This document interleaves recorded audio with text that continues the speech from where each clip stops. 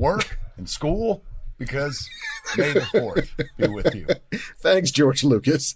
Yes, George Lucas gave us a gift. Okay, so tonight what we're going to do is watch The Empire Strikes Back together, all of us, but I'm more concerned with Mark's reactions.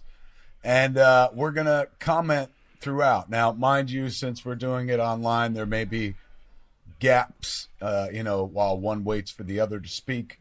I would, since there is delayed time, Mark, anytime you want to speak, if I'm speaking, go like this, so I'll know to wrap up.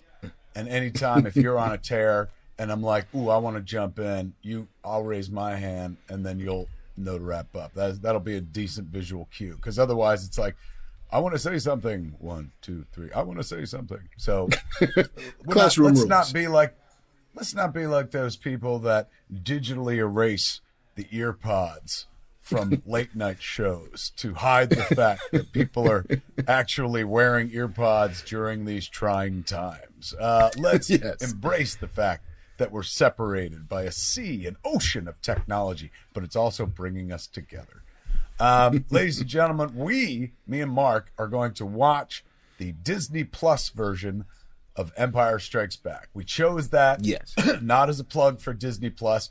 We're not here to plug them. If I'm here to plug anybody, it's thatkevinsmithclub.com. Go right now. But Disney Plus, we figure a lot of people have.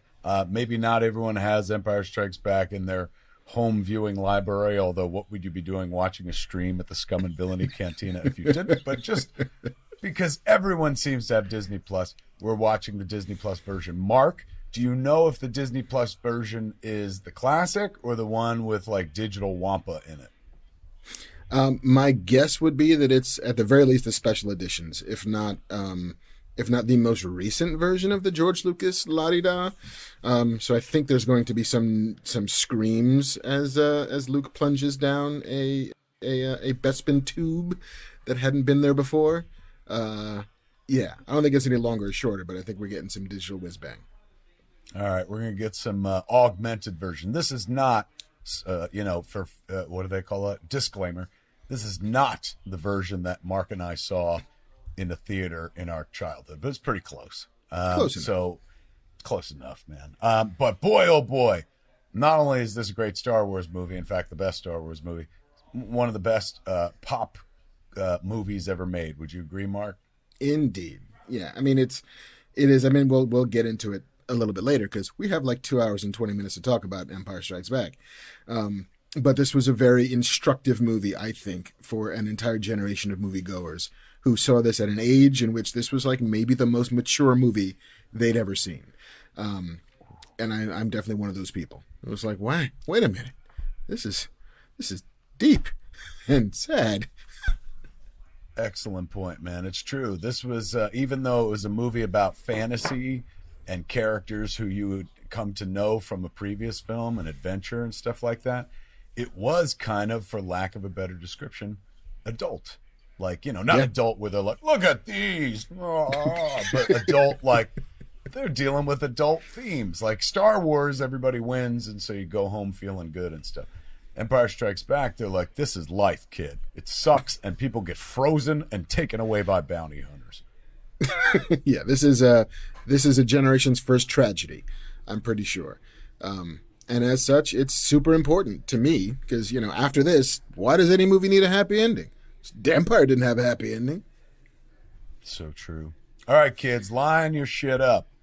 We're about to dive into the Star Wars universe. We're going to see some Warren in the Stars, man. We're at the 0 mark right now on Disney Plus. Are you ready to press play, Mark Bernardin? I am indeed. My swatch is synchronized. Is that a Watchmen swatch that you got? I wish it was. Wouldn't that be great? I got one for you if you want one. They sent me one when the TV show was. But what? I came home after the tour. They sent me this amazing Watchmen box that had a mask in it because, in the show, although I was using it here in the real world, it turned out to be handy. It came with a T-shirt and it came with a Watchmen swatch, bro. So I have it for you. Cool. And you are. Ooh. I mean, I know you could fucking call your buddy Damon Lindelof and be like, send me real props from the show. But I got a watch for you, Mark Bernard. You're going to love it. I will. Mark's I will very fond absolve of the you of your fact when watch responsibility. he reminds people constantly that him and Damon Lindelof are like this. Like I go into the supermarket wearing my mask. Where'd you get your mask, bro? Can I buy it? Nah, not unless you know Damon Lindelof, my friend, because I do. You know the guy that made Lost? Who here knows who's got two thumbs and knows the guy that made Lost? Hello, Mr. Bernardin. As we He's told back you again. before, this is a bank. All right, here we go. Starting at 0. We're diving into the Star Wars magic, counting down in 3, 2, 1, and we press play. I've got mine muted and I've got my subtitles on, so you won't hear the click. You'll just, yes, that's the way to do it. We don't want to pay Disney for this. I've already overpaid Disney for Star Wars throughout my life. And believe me, if my mom was here, she would back that sentiment right away. She'd be like, half my life was spent buying that stuff. And then she got mad when I opened Jay and Silent Bob's Secret Stash. And at one point, I was like, well, you know, maybe it's time to let the Millennium Falcon go. And so I sold my childhood Millennium Falcon, my childhood AT-AT. I kept my figures, my action figures, but I let a lot of the vehicles sell, you know, in Jay and Silent Bob's Secret Stash in the early days of the stash in Red Bank. And my mother cried, bro. She was like, those meant the world. She did. I made my mother cry. And I'm not sure what it was, because she was like, those meant the world to you when I was a kid, but I saved everything. So it's not like she's like, you're not sentimental enough. I think she was just because, like, I paid a lot of money for that shit and you just sold it. And you might as well give me the profit back. I invested so much money in Star Wars. Did you buy the toys when you were a kid? I was a huge toy collector as a kid. I was like I'm going to eat all this General Mills cereal because I know there are some friggin' like trade-ins. If I eat this cereal, then I get these dolls. I'm sorry, action figures, not dolls. Let's be clear. Yeah, man, what the heck? But I had Star Wars was the movie that changed it from dolls to action figures. That's how they made it okay for us to play with dolls as little boys, because they were like, this isn't a doll, it's an action figure. And we're like, yeah, this figure's full of action. That was a term that was born in our lifetime to convince us to buy more toys. But I'd argue that you could have written Star Wars dolls all over this and kids still would have bought them by the droves, because this was our religion. Were you a big Star Wars kid, or I loved Star Wars, but Empire was my true religion? Star Wars, I mean, A New Hope is the first movie I remember seeing. Like, literally, I can remember that experience of being in a theater, watching that movie, seeing the words come up, just like we saw in the beginning of Empire, with the words, the scroll coming over, and then, like, the blockade runner, and then the friggin' Star Destroyer chasing it down. Like, all those things are vivid memories for me. Right. And so every other experience of movies is comparing to Star Wars. Especially the experience in the theater. And so to the point where seeing the special editions in the theater again, even seeing, you know, the prequel trilogy, even seeing this new sort of the end of the Skywalker saga, every single time I see the 20th Century Fox logo, I expect Star Wars to follow. You know, like it's a different movie now. Oh, all right, because after this, I usually see the Lucasfilm all shiny, and then, and then when you don't get the, I'm just like disappointed by whatever's, I guess. Fine, Fight Club. These movies prove beyond a shadow of a doubt that branding works, because still we're waiting for Star Wars to begin after every Fox fanfare. I remember this is a movie that captures my imagination right away as a kid because of the probe droid coming out of this is the second one that Luke's watching now, but the first one before, we got to see the Probot rise out, and instantly, I mean, it's probably because of John Williams' iconic, amazing score, but instantly you knew that was bad shit. It looked like a Death Star robot. It looked like a Darth Vader robot. And right away, the world building began. You got to remember, when we were kids, we didn't have a fuck ton of sequels. We had movies in a franchise. For example, they made a lot of James Bond movies, but they rarely talked about the previous adventure. Bond was never like, well, in Doctor No, this is what happened. Like, there was no mythology or something. Jaws 2 did reference the events, of course, of Jaws. Bad News Bears and Breaking Training acknowledges that Bad News Bears happened before. But generally speaking, there weren't mythology sequels. this was one that was just like, remember all your characters? They're all back, and this is what they did the next day, more or less. So, you know, you were like, oh. So once you see Han or Luke, once you see really Luke on the Tauntaun and whatnot, you know, you're back. You're like, this is our old friends. You can take over.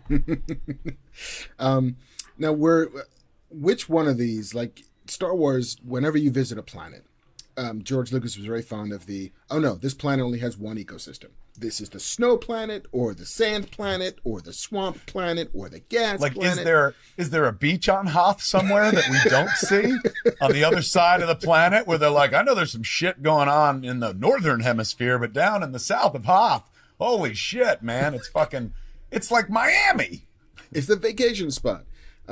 Which of those temperate zones was your favorite? Were you a Hoth guy? Like when you see Hoth, you're like, oh, I'm all about this fucking Hoth. Here, I'm not, you can quote me on this, not a hot take, but fuck Dagobah. You know what I'm saying? Like swampy and shitty with monsters that'll eat your droid and whatnot. Give me Hoth any day of the week. I know how to stay away from a Wampa. And plus, the Hoth planet gave us one of the greatest sequences in all Star Wars history, the Snow Walkers, the AT-ATs. Look at how fucking shitty he is to the general. The general, like, talking. Han ignores exactly what he says. He's like, General, I gotta get the fuck out of here. And he's like, oh, yeah, we'll hate to lose a good fighter, but fuck, we'll be happy to lose a rude prick like yourself. Thanks for not even hearing what I said. This is adorable. Look at how adorable Carrie Fisher looks, man. She's and baby-faced at this point. There's our princess. And, you know, this is her with a different hairstyle than we'd seen throughout all of Star Wars, and that hairstyle became iconic. So once this movie begins, you're like, where are the Leia buns? And they never bring the Leia buns back in the whole movie. Never coming back. I mean, there's a lot.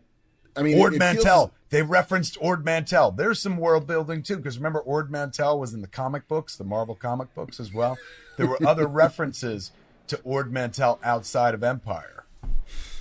I forgot how quickly we pick up with them, with Han and Leia kind of already having been in a relationship, I think. Because it's already gone from like when we last left them in A New Hope. It's just, hey man, you're not all about the money anyway. I knew you'd be back, and then here's a friggin' medal. And now it's as if they're like in the middle of a breakup in a way, or they like had been together and then broke up, and now it's just been weird for them hanging out in Hoth for a while. Sexual tension right before the consummation of a relationship, I would guess it as. You know, in a world where he's like, she's like, I'd just as soon kiss a Wookiee. And he's like, I can arrange that. You know, that's that snappy banter from the front page or something like that. You know, these two are falling in love and shit. But I tell you, man, there's a world where somewhere they made a movie called Star Cuck, a solo story.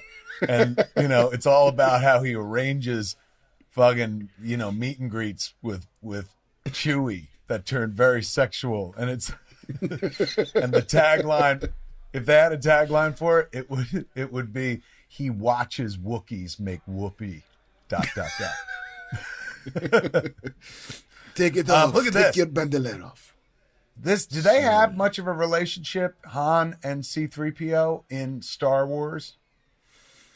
I think there's just a little bit on the Death Star. Like they're not hanging out a lot. Like they're on the Falcon a little bit, they're on the Death Star a little bit, but I think they have maybe 8 lines of dialogue, 8 couplets between the two of them.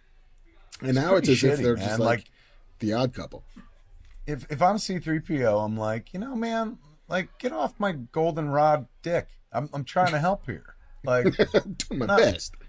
We all fought the Empire together and blew up a fucking Death Star. You gonna give me shit on Hoth? Like, fuck you, I was there, I helped. That kind of shit. Well, maybe C-3PO is a little bit... Maybe it's like R2 was like, I helped. I was in the friggin' X-Wing. Where were you, 3PO? C-3PO is like, I was there to support Princess Leia when she was looking at the big round screen and shit like that. He's like, I was there to tell her the odds. And like, fuck you, I helped. He's in for a penny, in for a pound, R2. He's like, you're such a fucking show-off. Those two, that's the bickering that comes from an electric relationship that's been going on for years. When did you first hear that the story, and I don't know how true it is, I don't know how apocryphal it is, but the idea that this entire sort of Wampa sequence, this whole bit where like Luke gets hit in the face, and his face is all fucked up and scarred, because it was to excuse the fact that Mark Hamill looked so different between A New Hope and Empire because he got in a car accident, a very bad car accident. Yeah.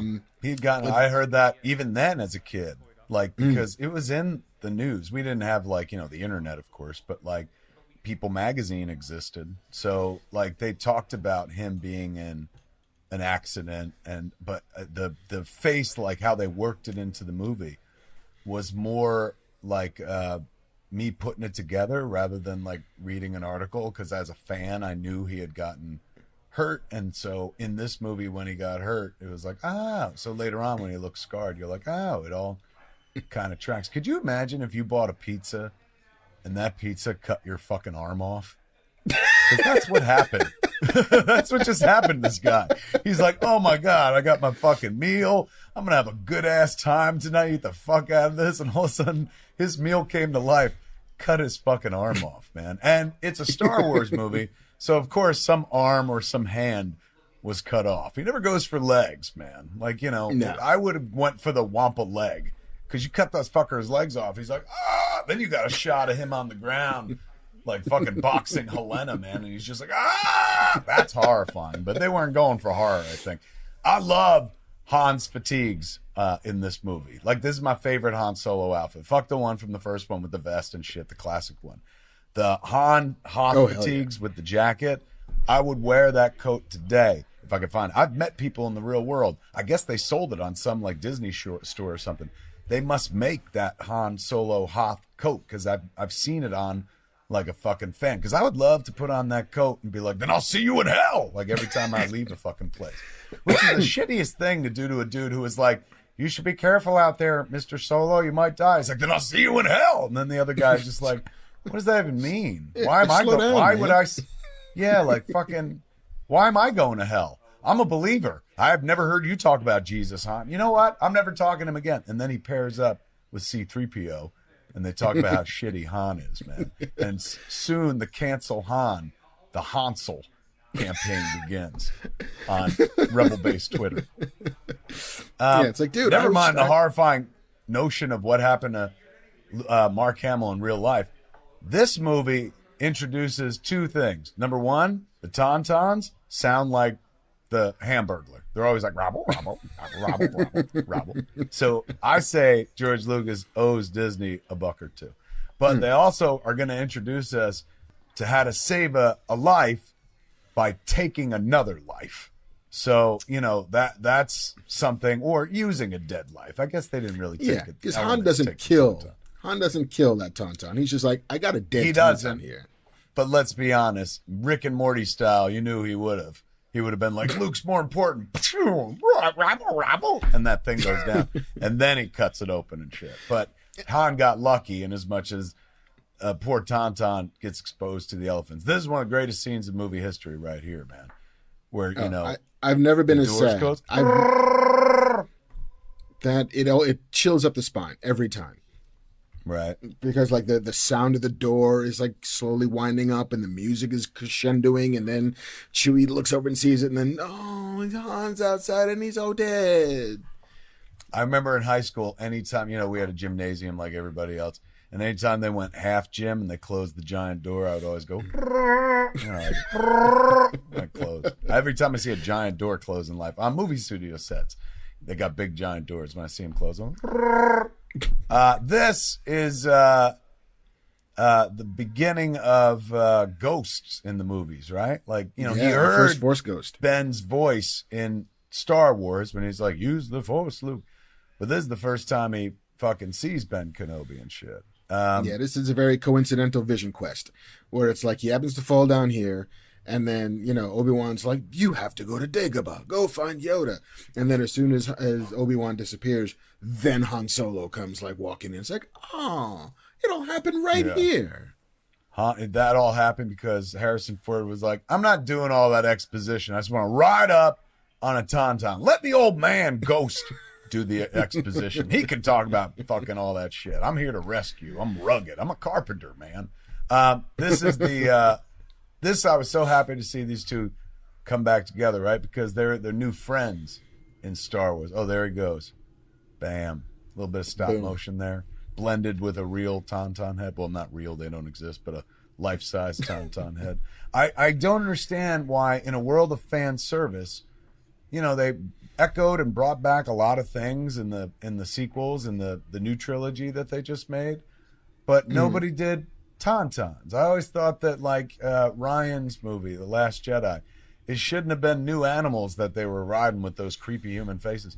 He should have done Tauntauns, man. That would have been dope. It's like, oh, fuck, that's where they got them. That's where the Tauntauns went and shit. But, you know, Ryan was all about, like, I don't want to do old. I want to do new, which I totally respect. But I was low. But when JJ did Rise of Skywalker, though, Rise of Skywalker, like, you've got these people on this planet, and they're riding some kind of horses, and then they get those horses on the actual, like, super crazy Star Destroyer thing. It's like, I want to see Finn riding a Tauntaun into You're action. Fucking kidding, man. Once again, you've improved a fucking movie. Like, yes, why not an army of fucking Tauntaun? That would have made you feel warm. Remember in the trailer when people were like, fucking space horses? What's this all about?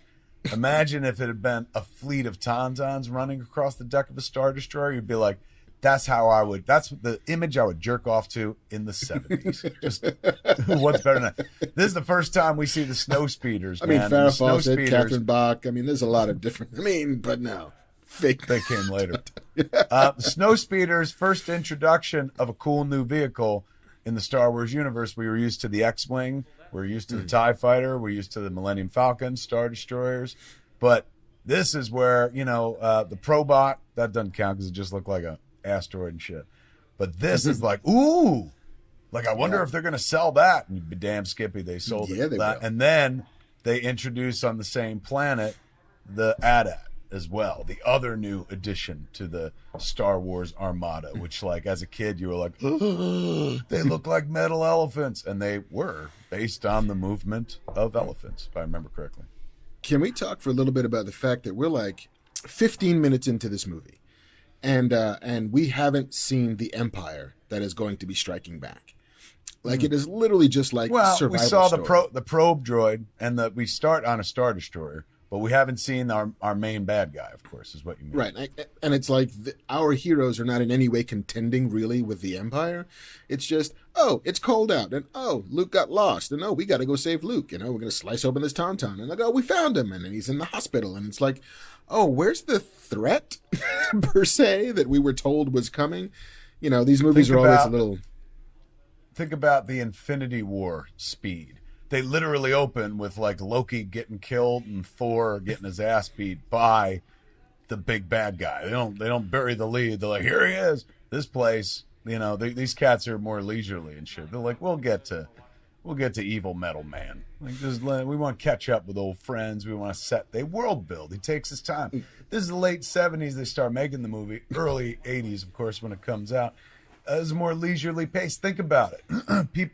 Everybody who makes a movie, an action movie, a pop movie, a Marvel movie, looks to this movie as the example that everyone wants to set. It's the high bar to hit, but nobody goes at the glacial pace of this motherfucker. Like, you're absolutely right. It's crazy. I mean, but Infinity look, I War, remember this. You kill Thanos before the opening credits. Literally, it's like you chop his head off, and then it's bum, bum, bum, bum, bum. Like, wait, what? We haven't even got the credits yet? The bad guy's dead?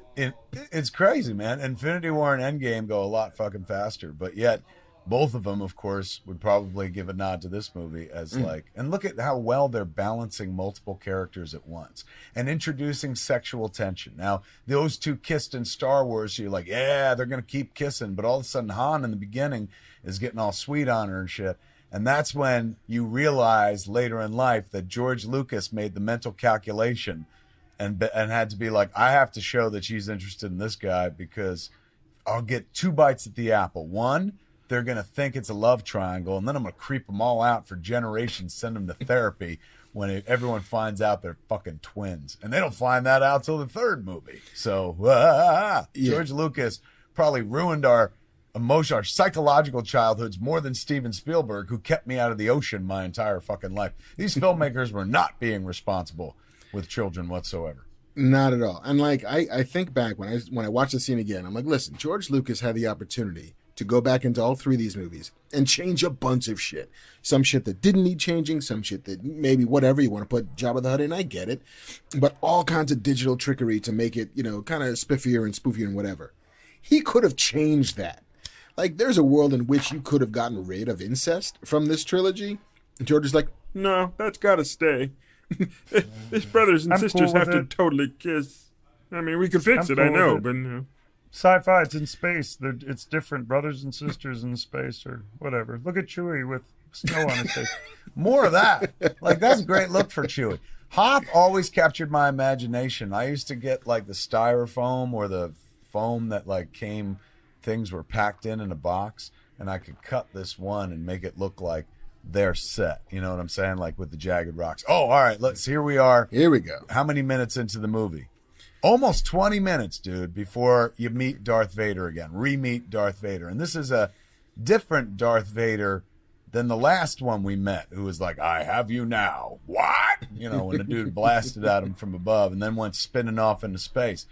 This is the hunter. This is the Darth Vader who we'll see later on in Rogue One.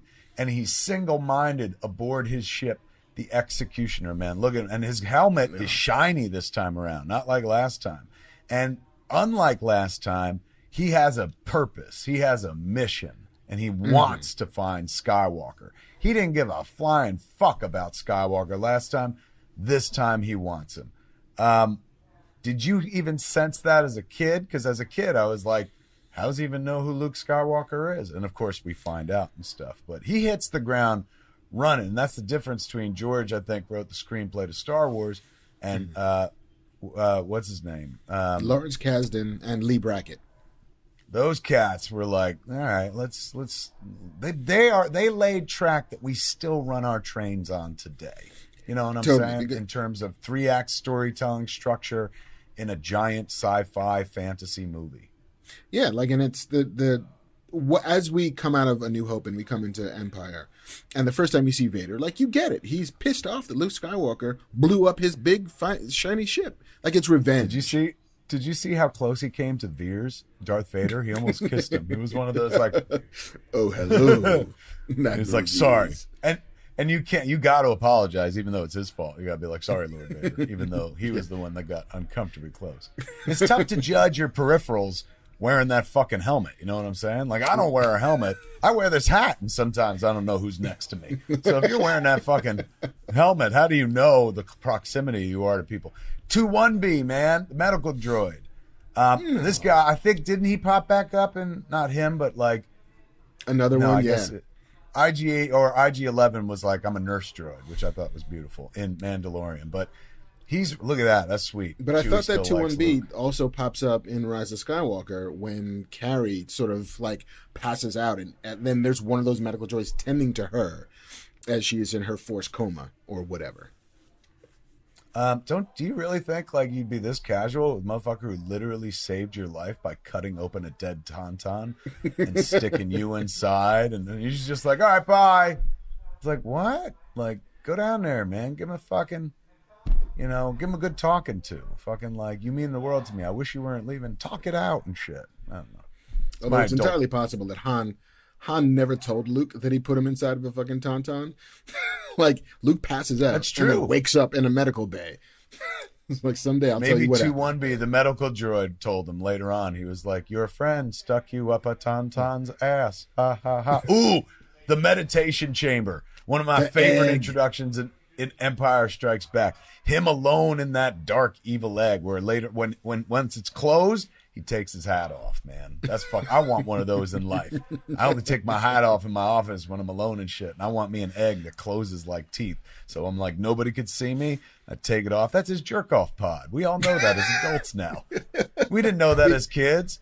We can't see the lotion in the corner. We can't see the box of tissues over there. It's all digitized. And then look, he pulls up Pornhub and stuff. Yep. And then his category is men in uniform. And look at him. He's facing away from us. And he likes them. He loves those pornos where people choke each other out. And obviously that's his thing because it's happening right now. This is the first time, like, we saw him in Star Wars do this shit to a dude in the room. Remember when he choked the one dude? But look at him. He's choking people over fucking TV. Could you imagine if he was part of the Nielsen family? This motherfucker be distance choking left and right and stuff like that. Look at this. It ain't Star Wars unless there's a bunch of people surrounding other people talking about war, man. And give it up for this movie. Look at how in charge she is. Princess Leia, of course, showed lots of moxie and take charge, and she was an action heroine in Star Wars. But here they show her as literally the commander, and all these boys are sitting around and listening to her and taking their orders from her. And that was an important thing to see, I think, when we were kids, because it hadn't been like that prior. They didn't really do that in other movies. Not even in like cartoons. I don't know. It just made an impact. This is a gorgeous set, man. Like, look at them taking great use of the production value of just nature with all that snow. And then you put some tech in the snow. And this scene, man, is like so chock-a-block full of raw tension. You don't know what's coming. We all know what's coming because we've seen this movie a zillion times. But the way they build the scene out, even though you saw in the trailer the snow walkers coming. I remember, the ion cannon. I remember I had the Rebel Troop transport as a kid. One of the most boring ships they ever made. But even though you knew those snow walkers were coming, the scene that Irving Kershner, the director of Empire Strikes Back, has constructed has tension running throughout it. Steven Spielberg would later show a glass in a car of water rippling to indicate that the dinosaurs were coming. In this movie, it's the ground itself. Here we meet Dak, who says he's ready to take on the whole empire himself, and they're going to kill the shit out of him the fuck away. Yeah, you can't take on the whole empire. Fuck you. You can't make it past the first snow walker, Dak head. Motherfucking boasty and shit. He's like, I can do it all, Luke. And Luke's like, I wish I had a better gunner, man. You're all talk, Dak. He has to leave him behind and shit. Ooh, there they are.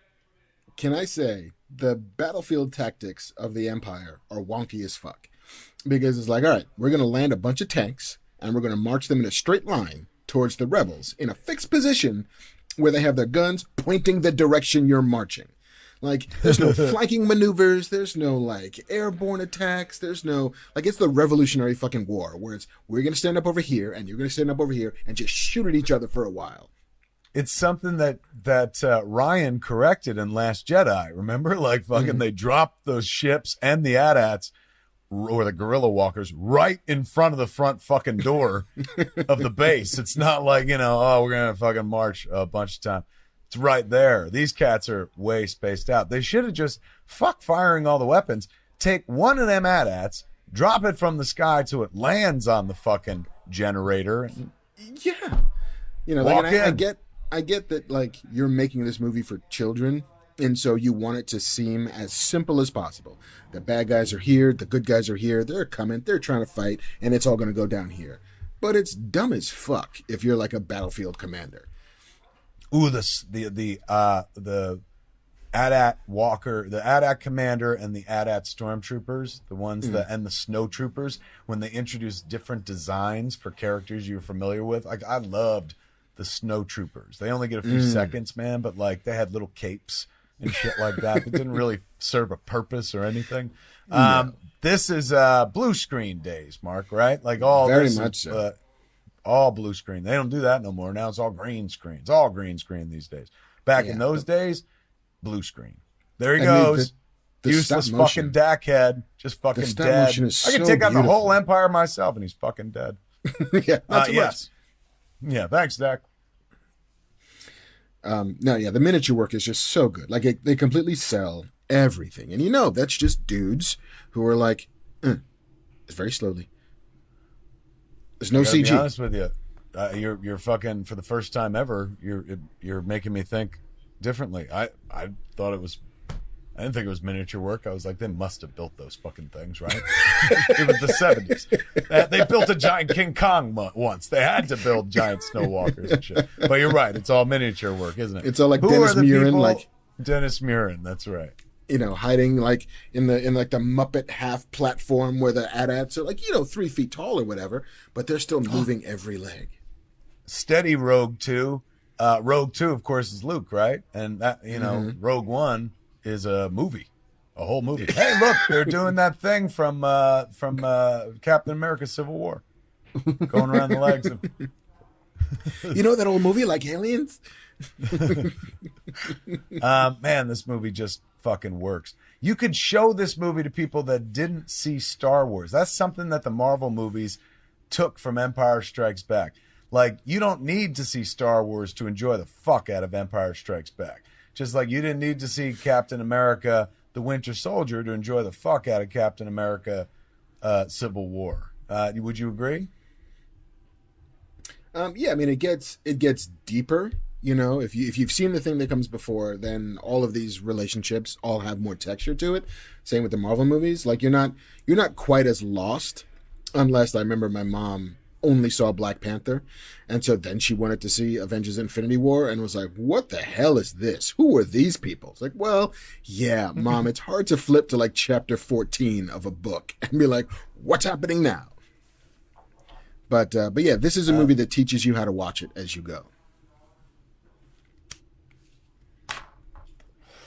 Why do you think they designed those X-Wings where you need a fucking R2 unit? A mech droid. What is it? Tech droid or a mech droid? An astromech droid? Astromech, thank you. You know, this is the fucking, I mean, it's not the future. It's a long time ago in a galaxy far, far away. But look at all the tech they got. Look, they can make mini walkers, little ats. Oh, yeah, the snow walker, man. The snow trooper. I would do a whole fucking series about the snow trooper, man, like the Mandalorian. He's got a cool outfit, too. Totally. I like that General Veers would eventually get promoted from Imperial Schmuck to Nazi spy in Indiana Jones in The Last Crusade. That's right. That's the guy, isn't it, man? It's. I guess George Lucas made Star Wars because he grew up, you know, in a post-war era, right, following World War II, and then through Vietnam as well. So, unlike us, we didn't have a bunch of wars growing up. This guy's like whole world was like, oh, they're always fighting somewhere, and we lose American boys over to some war overseas and stuff. It's kind of an anti-war movie in many ways. It's, you know, in some ways, of course, it's an action adventure movie in every way, but it is kind of anti-war, and that can only come from a guy who grew up through a couple wars. Like, it would never occur to me to make this. I didn't see any wars. That's why it occurred to me to make Clerks. I worked in a convenience store. But I also think that, like, to your point about why there are, like, astromech droids, because I think George Lucas grew up watching lots of war movies. And there's always, you got your pilot and you got your gunner. There's always, like, two guys in those ships. One can talk to the other. One of them will probably die in the middle of the mission or get shot like and get Dak. incapacitated, like Dak. And so all of these ships always have, like, at least two people in them so that they can talk in and amongst themselves, as well as having other people overhear them on the big fucking radio board of the Rebel Alliance. But yeah, his entire, you know, mindset was always the serials that he grew up with, the Flash Gordons and the Buck Rogers, and the old war movies. Like, the entire trench sequence in Star Wars is all like old World War II bomber footage. That's what he cut together as the temp track. Like, I want it to look like this. Bunch of old bombers and fighters and stuff. These battle shots, I forget. They look expensive. I mean, they probably spent a pretty penny. This, not so much. But, you know, it was early. It was early. Early green screen. Early rotoscoping. Although that Still a great idea. Cool. And also watch this shit. This is the first time you see somebody use a lightsaber in a way that you dream as a kid. Like, you know, they use them to fight and shit like that. But, like, holy shit, he just literally cut that fucker open with a lightsaber. Like, more of that. Less of everything. It's like a can opener. A lightsaber to... Yeah, I use it to open doors, fucking cans, like just every damn scene.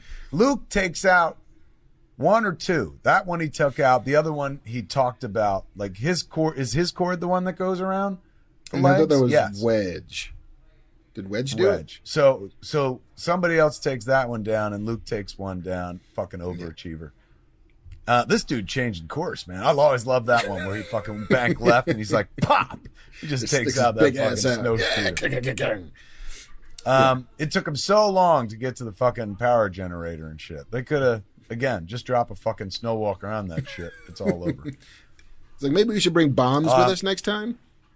You could just launch somebody from space. Especially because they have them in, you know, what was that one movie? Last Skywalker. No. Yeah, Last Jedi. Well, They had the bombs in space. Remember with gravity? Go figure. I mean, it's sci-fi, but whatever. Sure, yeah, things drop in space. He's very handsy with her, man. He's always dragging her around and stuff, but she's so tiny. A little and too much. Han had every intention of leaving. Oh, here it comes. Every intention of leaving that droid behind, C-3PO. Here it is. Oh, I love this shot. As a kid, I loved it, man. When they bring in the bam, bam, bam metal, man, man, man, and he's looking around. Where's the boy? I want the boy. Look at this. They don't give a fuck about C-3PO, and he can speak every language. Like, that's the guy I'm grabbing, man. Fuck the astromech droid who can't understand beep, beep, beep. This guy speaks English. I'm like, let's take him with us. Plus, you can hide behind him. He's a human fucking shield. You can't, like, oh, there he is again. Bam, I love how lonely Look the Falcon looks. Like, the Falcon is all just by itself in that hangar bay. Just like, no. Everyone's gone. They're like, we took all the good ships and left the piece of shit behind. So it's the last one fucking left in the parking space. It's like a fucking gremlin parked in a fucking parking lot in the last parking space at the back of the parking lot and shit. Meanwhile, yeah, hit that fucker, man. He's Fonzie, that dude. shit. That's a Fonzie move. Exactly. George Lucas stealing from Gary Marshall, man. Look at this shit. This is so badass. They set up the fucking gun and shit. Their lord and master's right behind them. Meanwhile, they're getting taken the fuck out. And Princess Leia, dude, is like what is that? 100 yards from the motherfucker who like kidnapped her and stuck needles into her and shit like that. That would be like her escaping from Hitler and then like being in this guy's car and she's like, go, go, go, go. It's fucking Hitler. Go, go. And there he is. And he's like, I almost had all of those fucks. I want to see the scene, what happens next, where Vader's like, let's go through all their shit and take the money. They're all gone. They're never coming back. Let's see what kind of movies these fuckers have. This base is ours. Party! But they're all clones, right? So I guess they don't care so much. Well, I mean, are they clones, though? Because, I mean, Finn wasn't clones. Like, because the stormtroopers at this point, are they Finn like the First Order? No. These stormtroopers are the end of the clones. I think after Star Wars, they referenced that's when they started just stealing kids or something like that. So each one of these guys is from like New Zealand inside there, right? They're all like, be, right? I guess. Look at this, 36. They sure all look like they're from New Zealand. I mean, as a kid, are you fucking sitting there going like, hello? Why is that one shorter than the other? Any space representation up there for me? Hello? No, everybody's in these white suits. Anyone? By the time you see the movie, do you know that Lando Calrissian is going to be in it? Like, had you seen him in the trailer and stuff? I don't think so, and I didn't like have any real. It wouldn't have mattered, honestly, because I was here for Luke and Leia and Han Solo and Chewie. Like, you know, there's a new guy that I don't know anything about. Okay, sure, I guess, and I think Lando. Billy D. Williams means way more to my mom than to me at like 10 years old. It was like, what's that? Billy D. Williams is in this. Maybe I'll go and see this movie now. My mom would have also fucked Billy D. Williams and was very happy to see him show up in these movies because she had to sit through them. She was like, oh, I like him. He was in Mahogany and Lady Sings the Blues because she was a big Diana Ross fan. So that's how I sucked my mom into like, in fact, like going to see, I saw a Star Wars re-release before Empire came out because they added a trailer for Empire Strikes Back, the first trailer. And this was in the days where you can't fucking convince your parents to see anything twice because it costs money and shit. But I was like, please, I know we saw it 2 years ago, but we have to go back and see it, Star Wars again, because there's going to be a coming attraction for Empire Strikes Back. And I remember saying to my Mom, the guy from Mahogany and Lady Sings the Blues, he's probably going to be in it. It's Billy D. Williams. It's like, all right, Don, we'll go. So we went and saw the movie, see Star Wars again, just so we could see like a 1.5-minute trailer, which I've since seen online and stuff. Always takes me right back to that moment. We leave Hoth behind. We never go back. Now our adventurers are off in fucking the galaxy. Luke is on his way to Dagobah. These cats. Now, who was flying the ship? Like, you know, they're being chased by Star Destroyers and TIE fighters, and both Chewie and Han are like in the innards of the fucking ship. Like, well, who's autopilot can't be doing evasive maneuvers and shit. Like, who's flying this shit? Seems irresponsible, captaining. Mind you, most of the sci-fi kids were used to at this point was like Star Trek, 2001: A Space Odyssey, all heady shit. Nothing heady going on here, man. Fucking like whiz bang pow. What the? Whoa, shit, duck. Like, Yeah, that's why JJ was kind of perfect before. for these movies. Yeah, what but do you mean they couldn't do it before? You couldn't do space battles like this before. You couldn't have the camera moving this way before. Like, all these things are innovations of Lucas and ILM and Dennis Muren and John Dykstra. Like, how do we make it feel like it's a World War II war movie with planes streaking and, enemy fighters and all that stuff? And it was impossible with the technology until now. And then it was like, fuck it, push it. Like, let's do all the things we always wanted to do.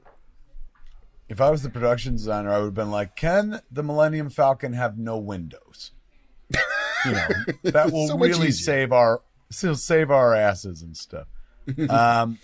I've always wondered about this. I know, the whole Empire's fucking chasing him, and he loses some of these TIE fighters, like, here, bang. But, he just dips into a fucking hole here. Where'd the Empire go? Like, you know what I'm saying? Like, but do they later on start dropping bombs on the planet or something, on the asteroid? Yeah, they do know. Raining. So they just bought themselves a little bit of time. How long do you think they are down there? Like an hour parking job or something like that? And when do they enter the monster? I guess in this cutaway, because we don't see them enter something's mouth and they don't notice either. Or are they in the belly of something? Or is it they were in the thing's hole and it was coming out of the hole to chase them? I think they're in the thing's belly as soon as they fly in. I think that's how you're supposed to feel about that, right? Or are they on top of the thing, because they're like, something's wrong here and shit, and then they take off? Because that would mean the Minox, the things that are inside, are in that thing's belly. Maybe, I don't know. Maybe I always thought they were inside this giant space slug, but maybe they're on top of the space slug, and then the space slug is just chasing it out of its hole when they leave. I don't know. We can figure that out in a minute. Meantime, my man here just had a whole conversation with his fucking gunner, as Mark pointed out. That was smart, dude. I hadn't thought about that. That's his tail man in the World War II movies and shit. So the timeline is wonky here though, because so Han and company are in the fucking belly of that beast and the Minox and all of that shit. And that feels like it's 45 minutes, right? It feels like maybe that's how long they're there, maybe an hour. Meanwhile, Luke is on Dagobah for what's got to be like a month, right? Because he's fucking training. Like, he's got to meet Yoda. He's got to talk Yoda into doing shit. Yoda's got to put him through classes. He's got to get the extension degree from UCLA Extension, whatever. He's got to watch Yoda milk the fucking thing of green milk and then drink it right out of its teats and shit. That's where Luke learns to do that. Yeah, essentially, he does have to convince him and stuff. But, I mean, I wouldn't put it in a month. I always thought it felt like a week, and even that seems like a pretty long time in this timeline. Really, when you think about it, if you judge the story's timeline based on Han and Leia, it's probably like 4 days. That seem right? Maybe because Han and Leia have to get out of the fucking belly of that beast, finally get the hyperdrive fixed, make their way to Bespin, then do all of the fucking Lando shit. But even that only feels like they're there for like a day on Bespin, right? Like, they land, he's fixing the ship, they change clothes, they have a dinner goes bad. and meanwhile, Luke has learned how to kind of be a Jedi. Yeah, and people are always people attacked Rey going, oh, she's a Mary Sue or whatever the fuck. It's like, this guy's got 3 days of training and then he's like, I'm off to save my friends. The what? I got this. He's not even done with basic, man. I remember being a kid and being like, oh, that'd be amazing. Space shark. But I guess we'll be getting space sharks and fucking Thor, right? Yeah, Love and Thunder, I heard. R2-D2 with a pop-up telescope was a new addition to the droid where you were like, that's cool.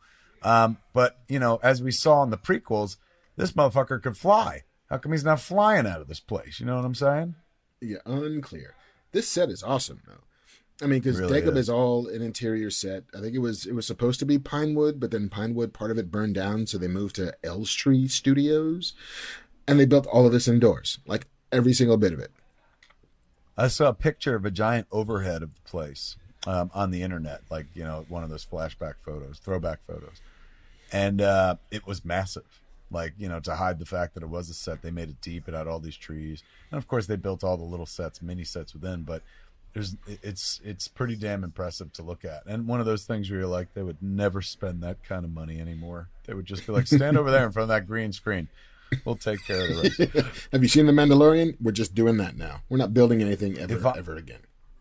If I ever got my action figures as dirty as he got his R2-D2, my mother would have stopped buying me action figures. I wasn't allowed to take them out of the house. Meanwhile, he got his all shitted up. Look at that. Size does matter, Mark. Ooh, Super Star Is this Destroyer. the moment where we're going to see my man's like testicle-like head or something like that? It was such a tease. Fleshy brain nugget. Let's look. Show me. It's just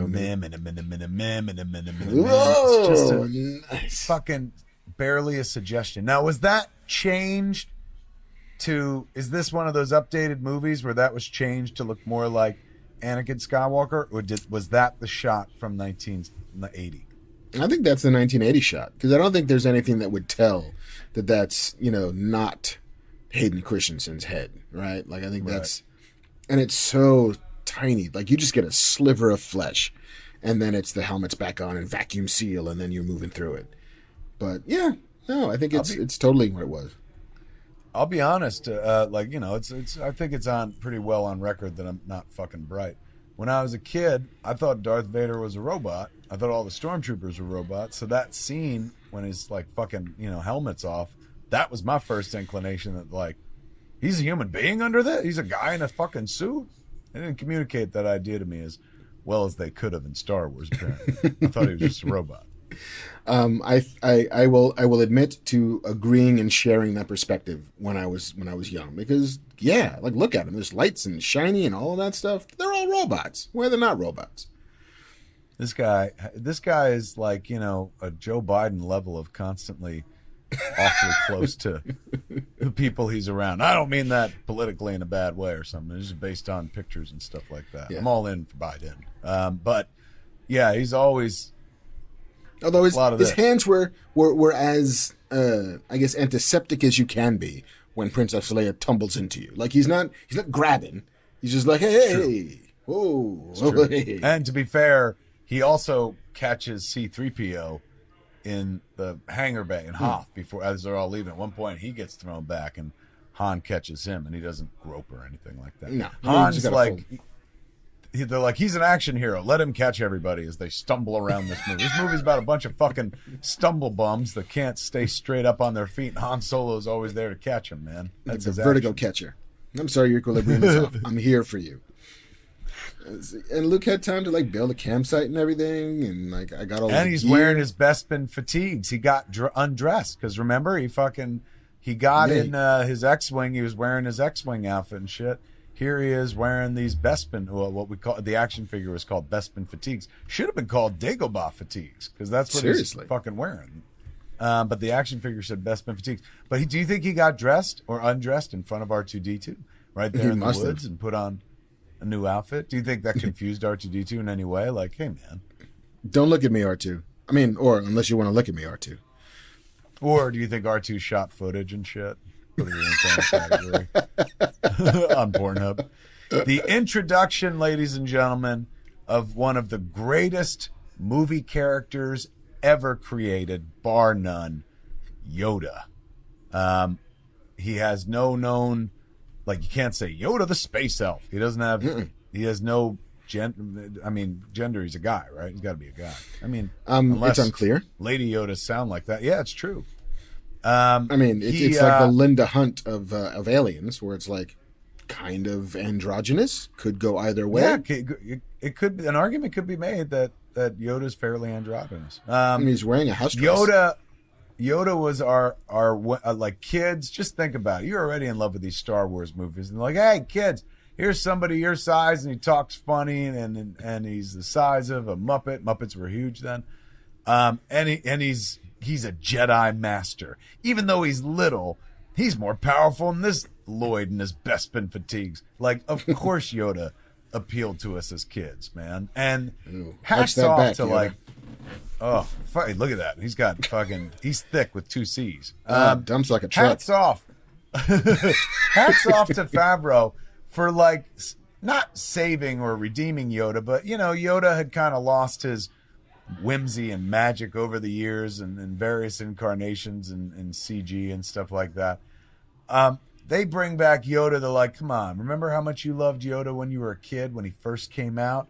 Find that love again with baby Yoda, and then they gave us the tiny version of Yoda, and we're like, that's the way to bring Yoda back. And now the whole world's in love with baby Yoda, but you don't get there unless George Lucas and Jim Henson and Frank Oz make the trip first.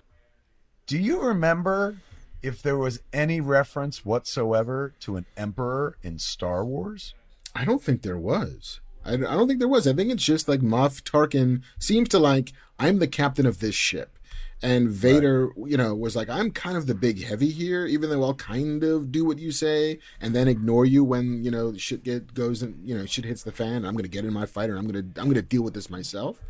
But yeah, I don't think that there's ever a sense that Vader is working at the behest of somebody more powerful than he is. Yeah, Vader, you could make the argument in Star Wars is like Odd Job with more lines. Like he's technically there to be the Grand Moff Tarkin's muscle because Grand Moff Tarkin shuts him down when he's like, enough, Vader, and makes him stop and shit. But this is the first time you meet Vader's actual boss. But yeah, it's true. This movie introduces the Emperor for the first time. The notion in this weird video hologram that we saw, but the one that's in this movie is an incredibly good hologram. Yeah, and it's the first time that, like, not only is there an emperor, somebody above Vader, but it's somebody Vader's afraid of. And you never got the feeling that Vader was afraid of Tarkin. It's like, yeah, I mean, I guess you outrank me a little bit, but I'm going to do what I fucking want to do. I'm going to go. We never saw him bend the knee to Grand Moff Tarkin. He fucking bends the knee to this guy. He bends it strong and fierce, but he still bends it nonetheless. This is, the scene in Yoda's house is fun for a kid because you imagine like, oh, I wish I had this in my backyard. I'd be fucking Yoda. But this moment in this scene is where all of a sudden Yoda starts talking to somebody else, and Luke realizes that he's not being taken to Yoda. He is Yoda. All this time he's been like, this little fucking green fuck, just take me to Yoda. He's a great warrior and a Jedi master and stuff. And this is where, he realizes, oh shit, like this is the guy I actually came to see. Yeah. Here you're right. Like the Empire is clearing the asteroid field, and now they're just dropping bombs from TIE bombers to try to shake out the Millennium Falcon. They know they're in there, actually. It's no longer like we're looking for him. Yeah. That's a beautiful shot. Her alone in the cockpit and shit. Oh, Irvin Kershner directed the shit out of this movie. Really did. It's a beautiful movie. What else? I know he did Never Say Never Again later on, the James Bond movie, but what had he done prior to this? I'm not entirely sure. It's so crazy. Ooh, the Minox! So, all right, so let's analyze the scene. Are they in the thing's belly or are they in the thing's lair? I feel like all of that smoke on the ground is that they're on that thing's belly. I just want to point out that that's the least futuristic or space-looking set of goggles. Like, that would never stand in any other Star Wars movie. They would gack it up and make it their brand and shit. But that's literally just a pair of welding goggles from, maybe Sears at the time or something like that. There's that famous door, man. I walked on one, not that one, but on the Millennium Falcon for Force Awakens and shit. And when I walked up that ramp, I really felt, this is what I thought of. I was like, oh my God, just like when they fucking ran from the Minox. My one great sort of, like, I guess, quarantine regret is that before this all went down, I never made it to Galaxy's Edge at Disney World. I've never done the ride. I've never done the Rise of the Resistance, like none of that shit. Me neither. That's what we do when we get to come back, man. That's a reason to go to Disney. Hell yeah, Disneyland. All right, tell you, man, as an action figure collector, they had, you could cut out your UPC symbols or your proof of purchase, if you will, rather, and send in a few. And they sent a Minox mask kit where you could get the masks that you put over. Oh, that's so cool. Your figures, man. It was pretty dope. That's not an N95 mask, though, is it? It's like, Not at all. That shit. Well, actually, these cats predicted the quarantine, man. They did. In fact, I want my quarantine mask to look like their mask and shit. They pulled out Minoc masks, I think, in Force Awakens. All right, so he just fired at the ground. My whole life thought they were in something's belly, but it could be that they're on top of a fucking thing. I don't think so, because when they fly, when they get in the Falcon and they go out, they're flying then through that thing's teeth as they escape. So I think it's a confused thesis. I think he's trying to have his cake and eat it too. Look, he calls her sweetheart and stuff like that. Sit down, sweetheart. Yeah, would have been like, I'd be a lot nicer. Oh, you're right. There it is. They're in the thing's belly because that's a mouth. That's no cave. That's no moon. Yeah. There's your sandworm. If you walk with that rhythm, this thing, you can't. This thing sleeps with its mouth open then because they fucking flew right into it and it didn't even notice. Nor did we. So it must have been. It didn't fly through teeth. It must have been sleeping like, and fucking the ship flew right in. Yeah, here's day 2 of only 3 days of training it takes to be a Jedi, apparently. And that training is more of a physical workout than anything else, right? It's like, run around with me on your back. Do some flips. Yeah. All right. So Irvin Kershner's directorial career. There's a lot of TV in the front end of it. Shit like Philip Marlowe and The Rebel, Kane's 100, Naked City, Craft, Suspense Theater. The Return of a Man Called Horse. Then he does The Eyes of Laura Mars, this 1978 horror movie. Then Empire, with Faye Dunaway. Dunaway in that movie. Empire, Then Never Say Never Again. Then an episode of Amazing Stories, RoboCop 2, and his last credit is an episode of Sequest 2032 in 1993. He directed RoboCop 2, that's right. I remember. Yeah. And like you would think, like, not for nothing, but if today he's a dude who comes on and directs a fucking giant Star Wars movie, like the sky's the limit for you after that. You know, like if he's the fucking Russos. You know, like, what else you want to do, man? What do you got? We got giant franchises over here. We got franchises over there. You want to do a Fast and Furious? Want to do whatever? Like, he's a dude who then went from there to, like, the kind of off-brand James Bond movie, and then television, and then RoboCop 2, and then it feels like there should have been a trajectory as opposed to a gentle decline, which is too bad. Now, you know, listen, I've seen this movie a lot. I've seen this movie I bet you an awful lot. Dagobah, just, it always bores the shit out of me, man. Like, you know, I love this movie. I agree. This is my least favorite aspect is Dagobah. It's just like, move on, man. Except when he comes face to face with Darth Vader in the tree. But we get a lot of that later on in the movie. So, and this one isn't even real Darth Vader. It's like, you had a vision. So even then I was like, this sequence blows. I mean, I loved Yoda as a kid, so I was happy to watch it. But in retrospect, there's the least interesting aspect. Yeah, that's right. He's in training. I mean, think about it. Was the Rey stuff in Last Jedi, her training, more compelling? Because there's no conflict there really either. Yeah, I mean, but it's not like a kind of 20-minute, we'll just drop an anchor for this guy to go away to sleepaway camp and learn how to be a Jedi. You know, they don't do that with Rey. Even in Rise of Skywalker, that's just like a 5-minute she's running through the forest stuff. Where this is the middle of the movie for your protagonist, and he's just kind of like he's convincing an old guy to climb on his back and run through the friggin' jungle. And then this, when he actually does get to face with Darth Vader, is kind of cool. But it's not the driving force of the sequence. And so every time I've seen it since, like when I went to the theater and saw the special editions, when I saw them again, when they had like as a marathon before Rise of Skywalker, I'm not off in this part, man. Like, you know what's weird to me is he's running around with no shirt on, and then he gets Yoda off his back, and then he's like, I'm going to go in the tree, and he puts his jacket on. He gets dressed to do that. Like, who puts their jacket on after they're running around? They're all overheated and shit, and you're going to go underground. But all is forgiven because holy fuck. This is awesome. Slow-mo. Who draws first? Who lights? Oh, Luke's is already lit. Yeah. And then Luke's like, I'm Vader not pulls fucking around here. And because Luke isn't this ready. Vader is not the Vader from Rogue One. I mean, granted, it's only a vision, because look how quickly Luke wins. Pap! Oh shit! He cut his fucking head off. That's the only time. Who gets decapitated? Count Dooku. And George was in charge of that trilogy, man. What a metal choice to have him cut his head off, even though it was just a vision. But they didn't make it real clear that it was just a vision when I was a kid. Like, watch what happens at the end of this sequence, man. Like, fucking, they cut to Yoda, and he's, like, playing with a stick and shit. But it's not like Luke comes out and he goes, holy fuck, I saw a vision of my dad. Like, Cut his head off. like, there's nothing there. There's, like, literally nothing happens in that fucking scene. Like, he sees this thing.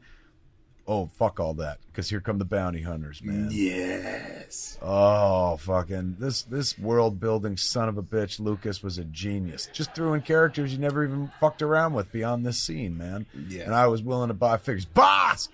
And there's Forlom. It would make the world so much bigger, and it's so easy. Just like, who are all of these? They're all badasses. There's bounty hunters in this universe. This is super fucking cool. I gotta get all these figures. Who's that guy? And that guy? What does that guy do? That guy. Ooh. Ooh. John Favreau was so smart to bring IG-11 into it, because I loved IG-88, and you never got enough backstory on him. There's another bounty hunter in there, a human dude who's all fucked up, called Dengar. He don't get a lot of screen time and shit. No, poor guy. But that was it. That bounty hunter scene is that fucking quick, man, and it made such an impact on me and a lot of people as a kid. You know, Boba Fett gets a little more screen time, but like, it was so cool, man. And you were like, for the rest of the movie, please do it again. Go back, show us more fucking bodyguards. As a kid, I remember feeling. I felt bad as a kid for Han Solo, that his fucking car wouldn't start all the time. Like, I was always like, what a fucking bummer, man. Like, everyone's looking to you for fucking, like, you gotta save us, and you're like, and I got this cool ride and everything, but it don't have no brakes. But still, I knew a lot of Han Solos in my hometown of Highlands, New Jersey, man. None of us had a fucking cherry ship, right? Everyone had a kind of broken down beater and stuff like that. So, Princess Leia, she's not used to working around ships that break down and shit. You know, she comes from money. But, like, this pauper and shit, he's like, I'm lucky I got a spaceship at all and shit. So I think where I was born and how I was raised made me feel for Han Solo, man. I bet she had a little bit of, like, not shame, but, like, embarrassment. Like, yeah, this is my fucking car. But, it works, and it saved your fucking life, didn't it? Yeah, more than once. I do like that, like him charging at the Star Destroyer, even though like, he's moving into attack position, is the, like, I'm in the spaceship equivalent of Han Solo running around the corner on the Death Star, just screaming at the top of his lungs with blasters, chasing after stormtroopers. Like, I don't know what to do. I'm going to run right into it. Here's more. I mean, based on all this shit, we could be Jedis. You know what I'm saying? Like, I mean, I can't do the rock. I could put rocks on top of other rocks. And I could do a handstand. If you put a puppet on my feet, I'll be okay with that. But again, like this. Look at the guns. Oh, shit. Did you see fucking Yoda coming? Oh, Yoda's O-face. Oh. But the last time we saw Luke use the Force, he barely got his lightsaber out of the ice on Hoth, which, like, was 2 days ago. And that was impressive, too. And impressive. But now this motherfucker is stacking rocks and doing headstands and shit. Like, this is 2-3 weeks into training. This is not like the day after. Never mind that. His teacher wants him to lift a whole plane. Like, if I'm Luke, I'm like, you're not impressed with the rocks? Like, fuck. Like, always with you, what cannot be done. Yeah, this is where he drops wisdom. This is where he gets all kung fu on him and shit like that. Mm-hmm. But as a kid, that didn't really sink in first viewing. I didn't walk out of Empire Strikes Back going like, I feel wizened. Like I learned some shit from the Shaolin monks, man. You told me some stuff to take with me for the rest of my days. Some real good life advice, man. Instead, I walked out of this movie going, the fuck's gonna happen to Han? Will they save Han? Like, never mind what happened before. That's what stuck me the most. This movie was the end game of its time. The way that, like, people fucking screamed at the theater and fucking interacted, and there were big epic moments and shit. This movie was absolutely full of those as well, man. Feel good, wonderful moments, fucking shocking moments, big losses. There are actual stakes. I mean, I guess it's more like Infinity War, because Infinity War, all the bad shit happens and whatnot. But it is the high bar by which every screenwriter or every fucking pop culture fan is always like, well, or certainly every Star Wars fan is like, well, is it as good as Empire? ... BBC just did an article recently, I think it was BBC, on like, you know, is Empire really all that? I don't think so. And I didn't even bother reading because I'm like, look, I don't know much in life, but I know this is a damn near perfect movie, if not the perfect movie. So come at it, and you come at me. Yeah, no, there's definitely like hot take theater has seemed to give birth to a bunch of people who have never seen, like, I'm 12 years old and now I'm watching a thing that you loved when you were 12 years old, and you know what? It's not so good. And I say to them, fuck you, just a little bit. Like, context Mark, is everything. I don't know if you've noticed, Mark, sometimes it takes going into adulthood to see this kind of symbolism in a movie. I'm pretty sure that the puppet is talking about Jesus. Is he really?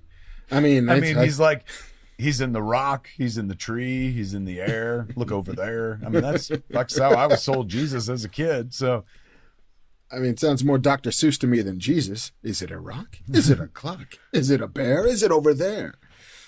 Trust me, not by my size, do you? A lot of holy books sound very Seussian when you break them down and stuff.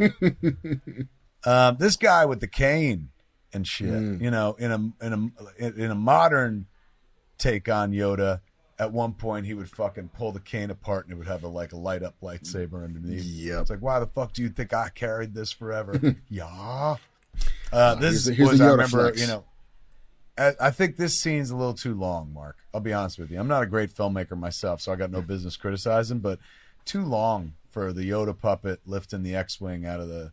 They really pulled the taffy on this. This needed to be about half the length of what it is. It wouldn't stand in a current movie. People would be like, move on! Hurry the fuck up! Get back to Han! What you would have wanted to do is, like, you want to cut away from Luke failing, go do something else, and then you cut back and Yoda's lifting it just so it's not a 12-minute scene. But it's saved by fucking the Yoda flex of, you know, you couldn't do it, watch me, motherfucker. And then the score. Like, this John Williams bit of music. John Williams is just fucking killing this. You know, John Williams too was just like, ooh, shit, leave that in. That gives me something cool to fucking score. Like, that's the star of this long ass fucking sequence, with him lifting the X-Wing out of the water, is that score. And then of course we did this later on in Rise of Skywalker. Remember, in Last Jedi he wouldn't lift it out of the water, but in Rise of Skywalker, didn't he lift some ship out of the water and shit? He, even though he's dead, yes, Force Ghost does pull out his old Red 5 standing by. Oh, look at that's cold. That's cold, Yoda. He's like, that is why you fail. Man, loser.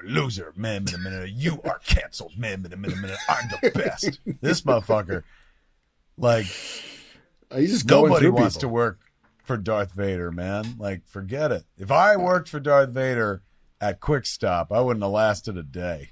He would have been choking me out right away. No, Imperial business management skills leave something to be desired. This is probably the most immature thought I'll have about this movie, Mark, but I'm going to share it with you. Please do. If you're somebody who's about to get choked to death by Darth Vader, don't you think your last move is to quick tug one out? Because, you know, they say, you know you're going to die anyway. You've seen him choke people out. I would jam my hand on my pants and be like, no, fuck you, motherfucker. I'm going to come while it happens. And, be like, oh. And I would die in ecstasy. And maybe he would, like, stop. And you'd be like, what is he doing? Is he? No. Impossible. I tell you, man, my action would cut his legs out from under him harder core than Obi-Wan did it in Revenge of the fucking Sith. Thank you. Or just never tell Vader bad news. Just be like, hey, everything's fine. Everything's great. I'm talk to Lieutenant Johnson over here. Everything's great by me. Never tell him bad news. I like the fact that, he's like, we're going to float away with the fucking garbage. They just shut this guy off so they can maybe make out. And she does. Which is so fucked up. So fucked up. Well, even more fucked up is when they start fucking, they turn him back on so we can watch Mark. Star Cuck 2. I see 3PO. This is like, doesn't she's like, she's about to, this is what, Lando. Yeah, The Lando system. Lando system. That's not a system. He's a man. He sure is, man. He's the man that made my mom go see this movie. He's a card player. Scoundrel. We saw that. He's Donald Glover, for heaven's sakes. Yeah, but no, the cinematography in this scene is great. Just look at this, the blues and the yellows, and it's gorgeous. They go to a mining colony. What the fuck are they mining? Just air? Because they say it's Tabana gas. Are they? Because they're not connected to anything. They're floating in the goddamn sky. Yeah, it's like they're in fucking like Saturn or Jupiter or whatever. You know, to use regular terrestrial ideas. But I guess it's gas mining, which seems weird. So they're just pulling it from the air. So when Luke goes sliding down the tube and shit, here, look, she's going to give him a fucking kiss. And you know this dude is just like, you went running. Like, what's a story, Morning Glory? Do you like me? Don't you like me? I don't know. If I was him, I would not be bitching at C-3PO. I'd turn him back on and be like, he'd be my buddy. That I'd be like, what do I do? Does this girl even like me? Does she ever talk about me? I heard you say earlier that you were in her bedroom back on Hoth and shit like that. You knew the temperature. So, like, you know her. Like, you've been around her. You were around that circular table when we went and warred in the stars. Ooh! It's the Mandalorian! Version 1. There he is, man. He's the bad Mandalorian, I would imagine. I mean, like Bendo. Or is he? Is Boba Fett? Mando seems to have a code, and he's a good guy at the end of the day. But Boba Fett, codeless. Yeah, I mean, it doesn't seem as if Boba Fett is following the way. It seems as like he's lost the way. How long before they reference Boba Fett on The Mandalorian, you think? Oh, if it's not, all over season 2, it feels as if it's a wasted opportunity at some point. Really? You gotta at least lay reference to, may have somebody talk about the one that got eaten by a Sarlacc, and then lay a little track and be like, I always heard he got out, so that you could fucking Mando versus Boba and shit like that. Dude, if that is the season finale of season 2.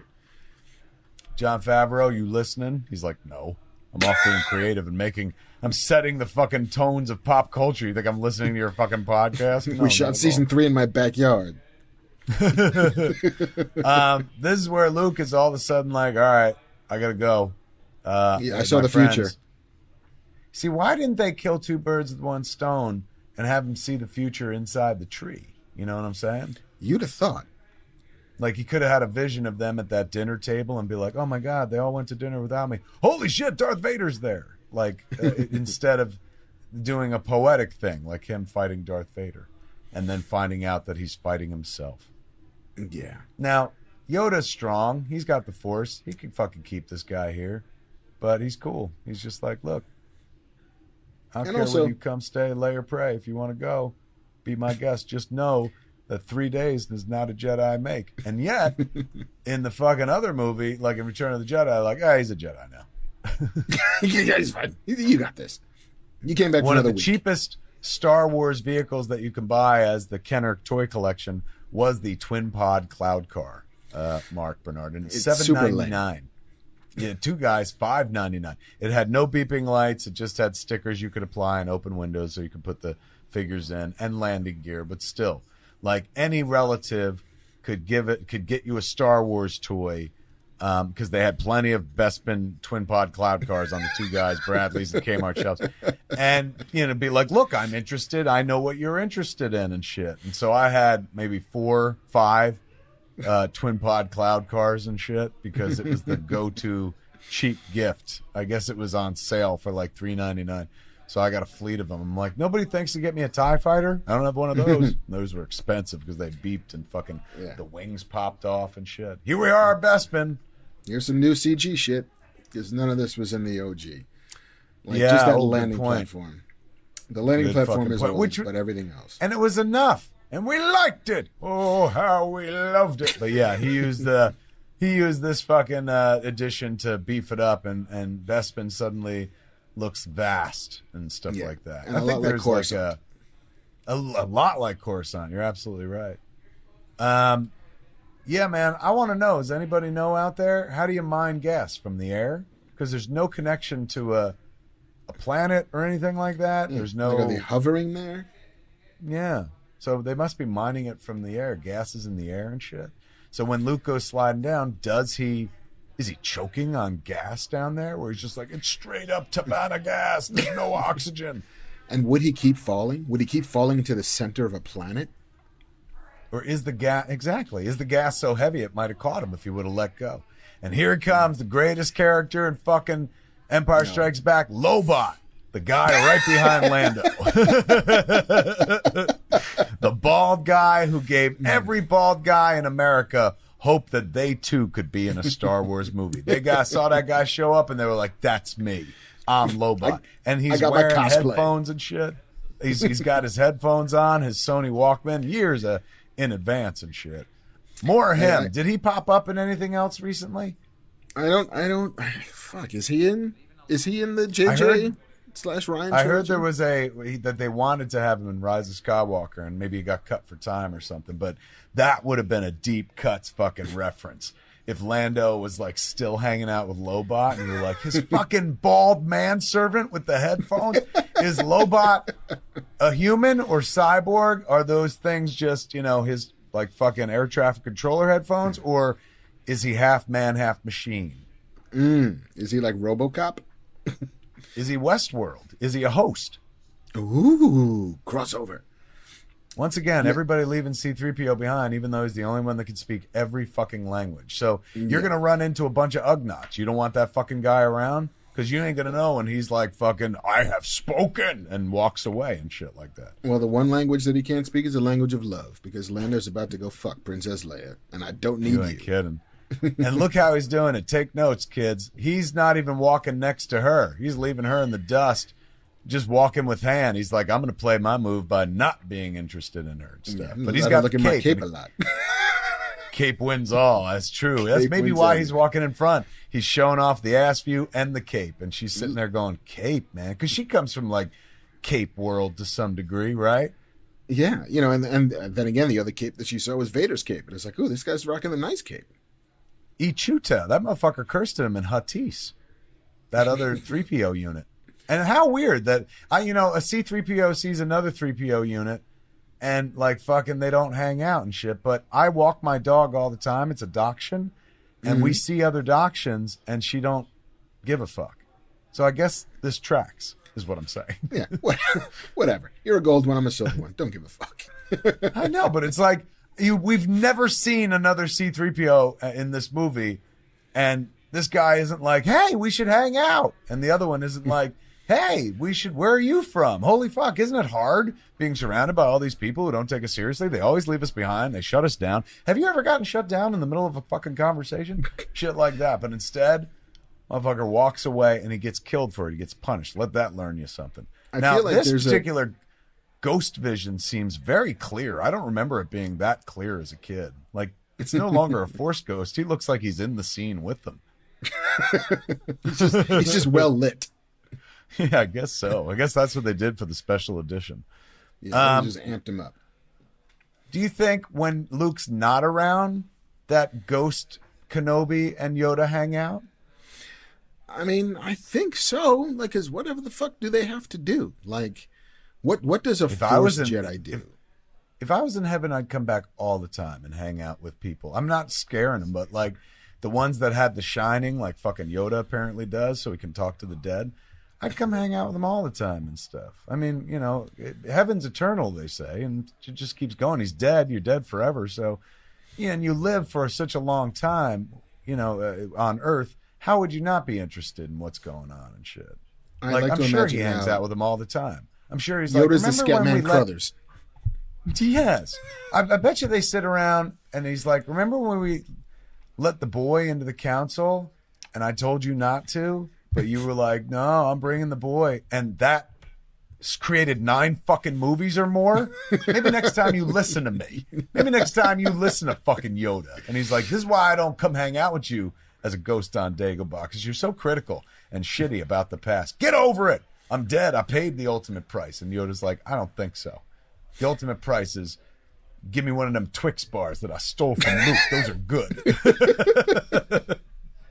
So, like, if I remember correctly, is it Luke is does it return. Qui-Gon He doesn't break his promise, right? Luke goes back to come back. Dagobah and Return of the Jedi.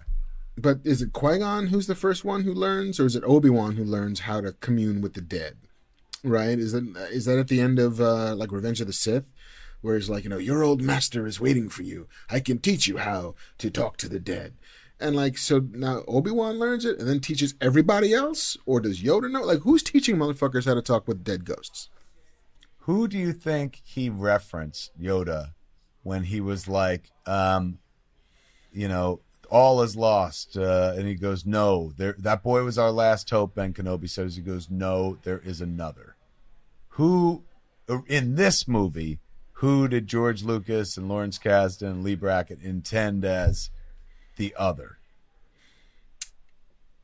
I would bet you dollars to donuts they didn't know. I agree. I think they were punting the ball to the next movie. They're like, let's leave ourselves a little present, and we'll say there's another Jedi out there. We'll figure out who it's going to be. Somebody here, somebody new character, but it's a cool thing to make somebody think about in the 3 years between movies. Who's the other one? Who could it be? I tell you, man, when I was a kid, all I would think about as a massive fan of the Star Wars movies and a massive Carrie Fisher fan was, like, did they have sex? Like, I saw them kiss, but did they have sex? I think that's why I like Force Awakens so much, because I was like, proof! Because, Kylo Ren and shit. There's the guy. He's like, I have spoken. I have spoken. I have spoken. All of us have spoken. I'm going to kill this one. We've spoken. I like the fact that they fucking retconned the fucking Ugnaughts and brought him back. That's why I bet you we may see Tauntauns next season in Mandalorian, man. Because they seem to go for like deep cut poles and shit. And that Ugnaught that fucking Mando hangs out with, that was such a deep cuts pole. Fucking, what's his name? Who did his voice? Reggie. Oh. We ain't brothers, we ain't partners, and we ain't friends. Mando. Nick Nolte. What was his name? Nick Nolte. That's right. Why don't they do a special edition of Empire, where they get Nick Nolte to voice all the Ugnaughts in that room? I have spoken.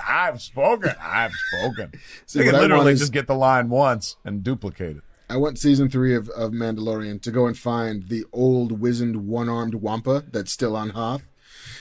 Just like, let me tell you a story, kid. He's like, and that's when I went vegan, kids. The day my fucking food cut my arm off, I went plant-based.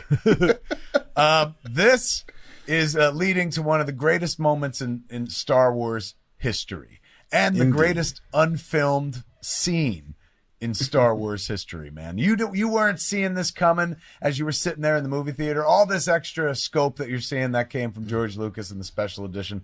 It was all white walls in our Bespin Yes. when we were kids. I preferred random white walls. window, no doubt. But watch, the moment these doors open, holy fuck. It still has the same effect on me that it did as a kid. It's an almost Kubrickian shot of Darth Vader sitting at the end of a long fucking table. Han Solo's first instinct is to fucking shoot him. It's like as if the doors open and somebody was like, it's fucking Hitler. And Han Solo was like, holy fuck. And he's like, got a chance to, yeah, like, oh, without question.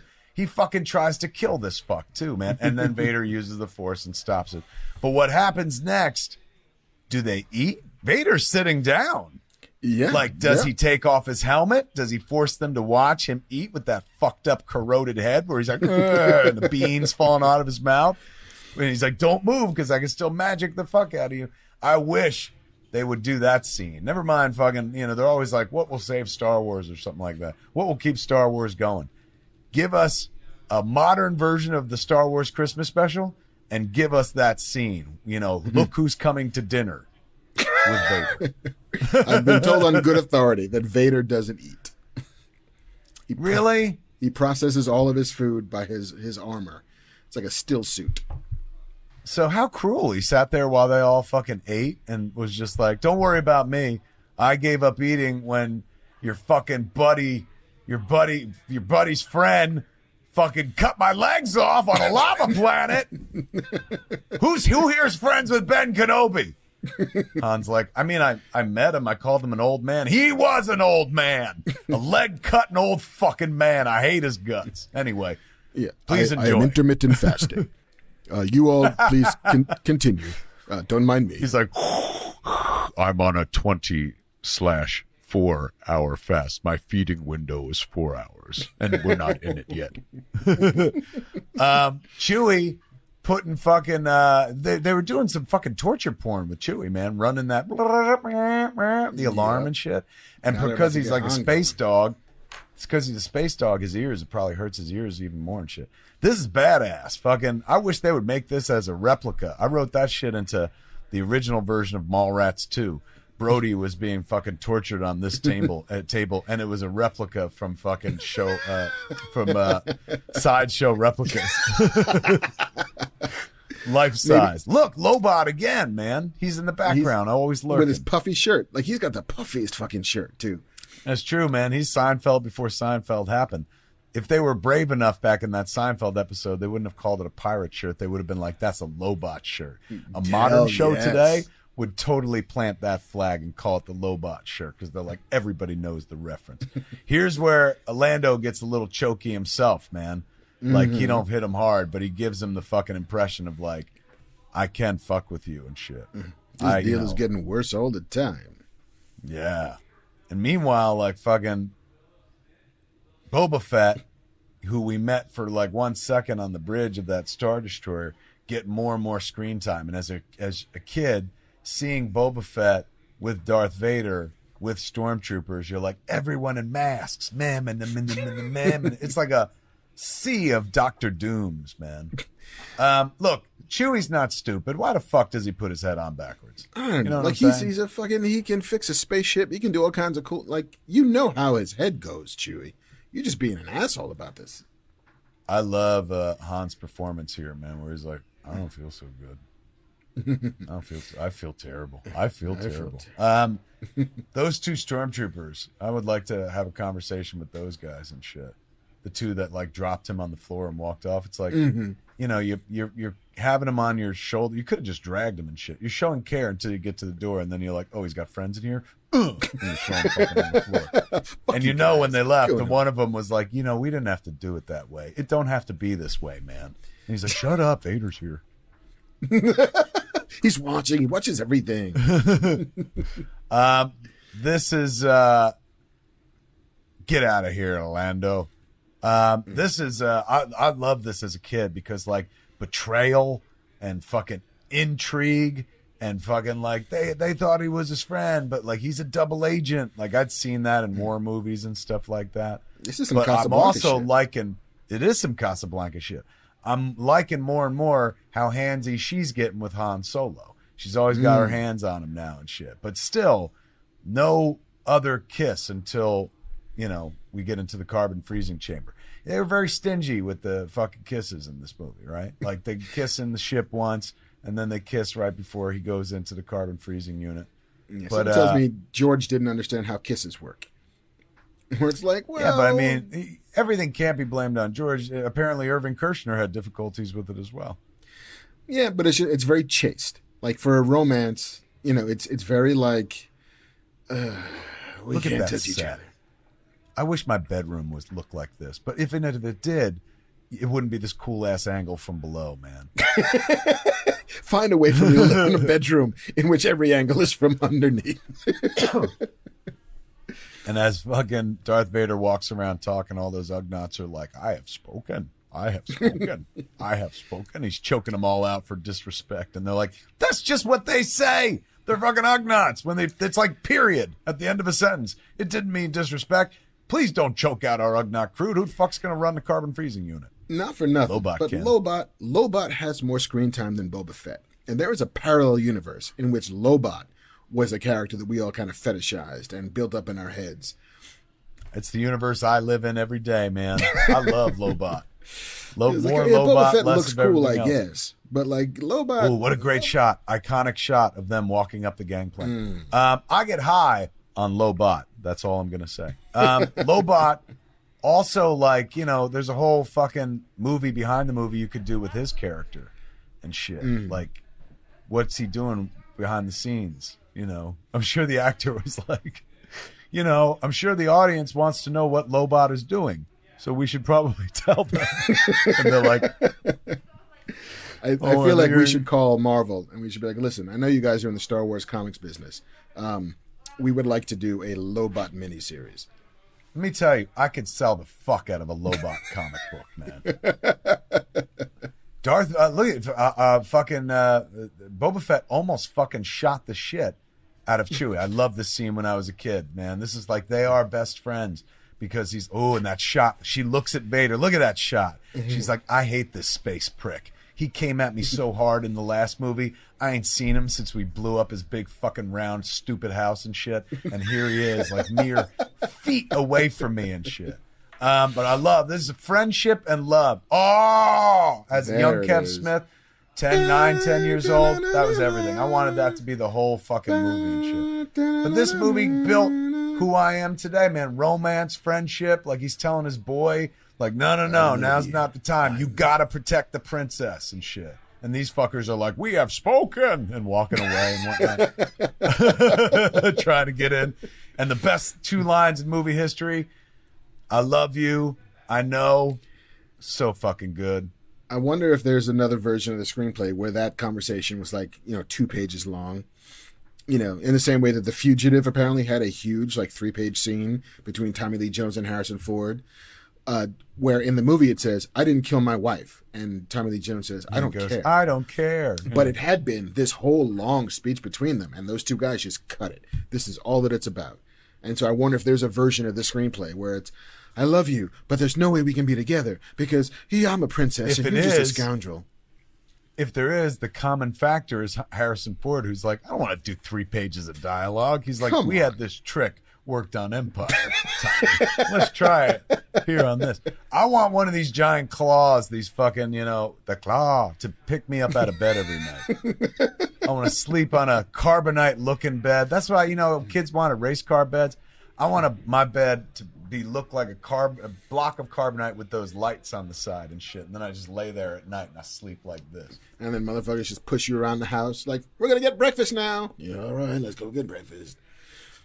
Han Solo, like, that's a defensive pose, right? Where he's just like, no. I mean, is that my defensive pose would be like, I'd wrap my shit around my head, or to be like, I'll suck your dick to pull me out of the carbon freeze. They'd find me like, that's what I'd do. Is a real fuck you to them. I'd do some of this shit.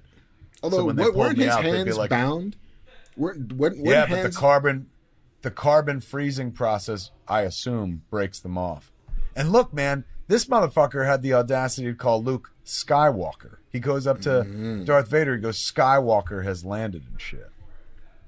Darth Vader's all about the last names. He calls Luke Skywalker. He calls Lando Calrissian. Well, because first names are too friendly. Yeah, that's true. He's keeping it real. He's like, look, we're keeping it pro here. Such a great scene. Such a great set. Insanely well lit. And they get a lot of use out of this set. When they were budgeting, they're like, that moment between boys when he's like fucked up, right?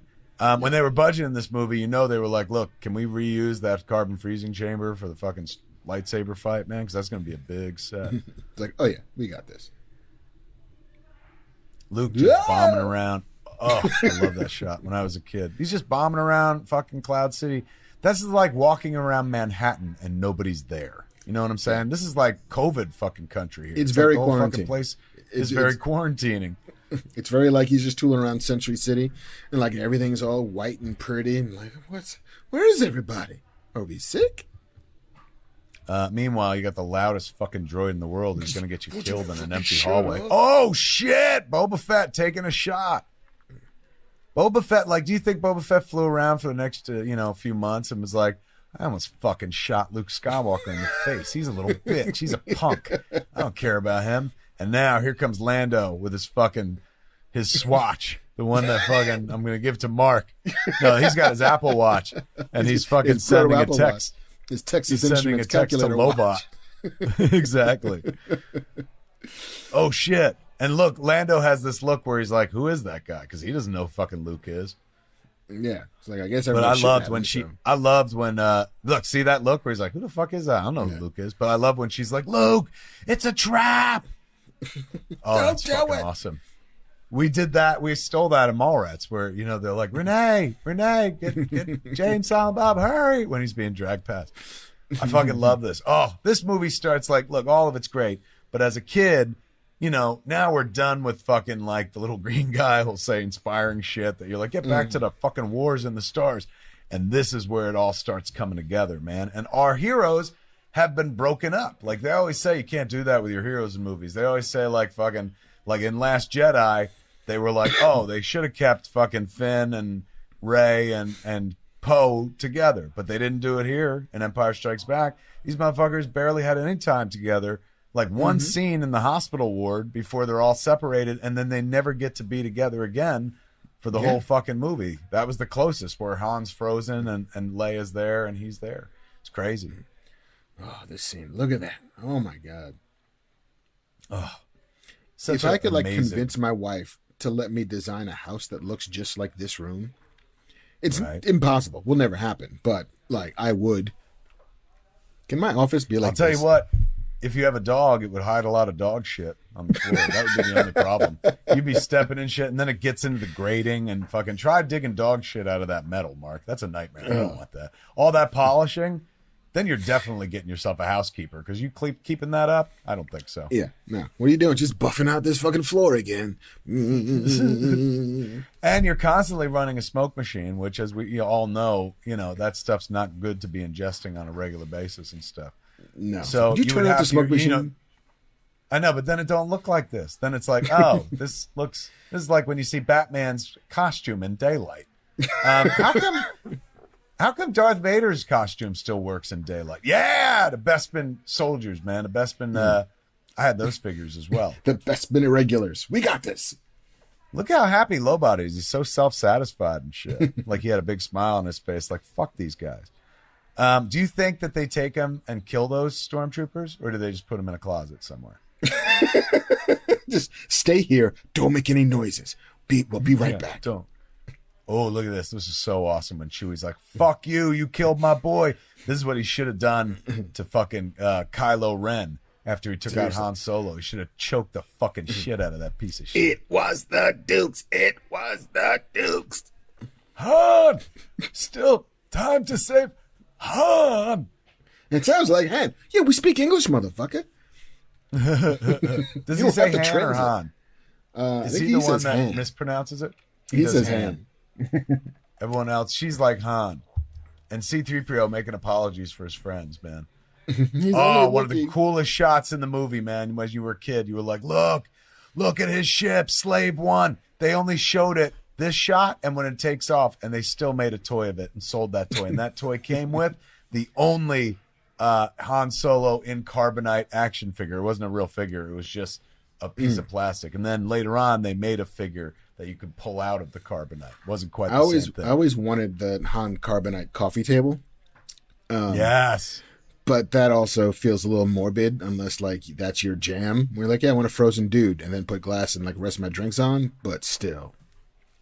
Unless they see a good coffee table would be like frozen Jar Jar. Oh, look how sad she is, man. Like, there he goes. That good D that I was looking for. He's my hero. Fuck. Off he goes. There goes my hero. And then she's right back into the Star War. I find her character compelling as fuck, man. Because she's royalty, but she's also, like, for as long as we see her in all these movies, a fucking soldier. Did you see him give the fucking point at Luke in this? Where he's like, you piece of shit. Luke you learned much, but not enough. Look at Vader doing a dive, man. Like, fucking, that counts as action back in 1980, man. Where he's like, gonna dive off the front step. That's the Vader from Rogue One, the guy that's like, I'm gonna jump at you and shit. But even in Rogue One, he was more tough than this. But yeah, like I buy Leia getting the promotion to general. You know, like, because you see that shit. You see her holding guns, shooting at people, like, planning strategy, talking to her men. Like, yeah, for sure. But even when she's got, like, you know, oh, she sees her love take off, she doesn't even get time to mourn, man. She's like, back at it, pew, pew, pew, pew. She was a fighter, a warrior. Her whole life she was fighting, except for, like, the period between the movies when they had the baby, I guess, when they had Kylo Ren. Most impressive. Could you imagine you fighting touch Darth of Vader and you use like a fire extinguisher and push it in his face? Like that's your big fucking move. And it kind of works because he's like, ah! That worked. Yeah, he's like, oh, fuck. My breathing apparatus. You're overtaxing it. Flip. Pretty good flip for 1980. That fucking flip sent me to like gymnastics classes. I was like, because I want to flip too. Like Luke Skywalker's flipping around. Teach me how to do that shit. They never really could. But I still went Look for at this. 2 years. How on earth does this Mary Sue get the upper hand on Darth Vader? I'm asking. He kicked him off the fucking platform. He had 2.5 days of training, Mark, and somehow he kicks Darth Vader off the platform. Retcon. That shot of him in the tunnel looks so cool. It was in so many pre-release shots and in many cards. See, kids. Oh, this is a great scene, of course, where he breaks the window and shit. But when we were young, we couldn't just like, ooh, the movie comes out, in 3 months and streaming, or ooh, the movie comes out on video in fucking a year or something like that. You relived the adventure primarily through Star Wars cards. And I had all the Empire Strikes Back cards, man. And all this artwork, like they had stills for everything and stuff. And I remember him in that tunnel. That was one of the big pictures and stuff. Did you collect the cards, Mark? I had the cards. I had like the photo books they also put out that had like 20, 30 pages of just stills from it. You'd get like your Starlog magazine back in the day and just, ooh, look at all these pictures. But yeah. I would just like to point out that this lightsaber battle is so basic, I could have directed it and did in Jay and Silent Bob Strike Back. My blunt saber fight is about as fucking active as this fight. So, I'm not an action visionary, man. I just do what I see. And that's what I saw growing up. I was like, this counts as action? And it was action. Fuck anybody says that ain't an action scene, man. Just because it don't have a zillion cuts to it, because Michael Bay didn't fit 100 cuts in there. But still, we've all seen that video online where they take the Star Wars scene with Ben Kenobi and the guy fucking recreates it. And it's like legit. Oh, that's so good. He should do that with this too. I remember seeing the behind the scenes of that sequence. It was maybe the first behind the scenes thing I'd ever seen in my entire life. And they just show you all of the crew hands off camera throwing things at Mark Hamill. And he's like, This was added. That shot of people in the hallway, this big exterior, all that shit was added, man. Took away from Lando. It was a close-up of him talking most of the time. Just unnecessary. And then like the dude who had to do the running jump backwards through the thing. I was like, oh, this is how you do it? I kind of don't want to know how you do it because it's cooler that Darth Vader's using his mind. This is what LA is going to look like when they lift the quarantine. Motherfuckers just running through the hallways. And everybody loses their cape. Like what happened to Lando's cape? See that, that fucking resort that they're building and shit? They should build one that's Bespin themed. Because look, windows. You just walk around inside and be inside the attraction, never interacting with the real world. They're doing that with their hotels, putting in windows that you can see the fucking stars and shit. I demand a Bespin hotel. That'll be the underground. I got a hot take. Can I share a hot take with you? Please do.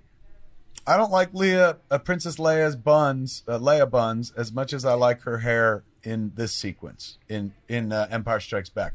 I'm more partial to the Leia hair from this movie. That was when I fell in love with both Princess Leia and Carrie Fisher. Star Wars, not so much, but this movie, this strong woman, man, who had this soft, vulnerable side, who could like lead an army, but also fall for a pirate and and return fucking fire, always in charge and shit like that. Like, this is where, I'm like, probably every fucking woman I ever go for in my life is set by Princess Leia. The tone is set by Princess Leia. I'm looking for Princess Leia over and over and over again. Well, I mean, I don't dig like the I don't dig the ringlets that's happening here, but that like the Hoth little circlet of hair, that's the one. Yeah? See, it's the ringlets that I go for and shit. The dangling hairs, the hoops, if you will. The hoopty-doops.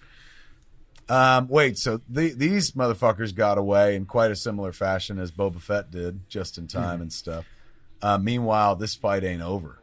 Look at these giant sets, man. Like, this is blue screen because I've seen pictures of like. Yeah, that's a drawing. Like that's one of those rear projection jammy jams. It's a matte painting. Yeah, it's a matte painting from back in the day.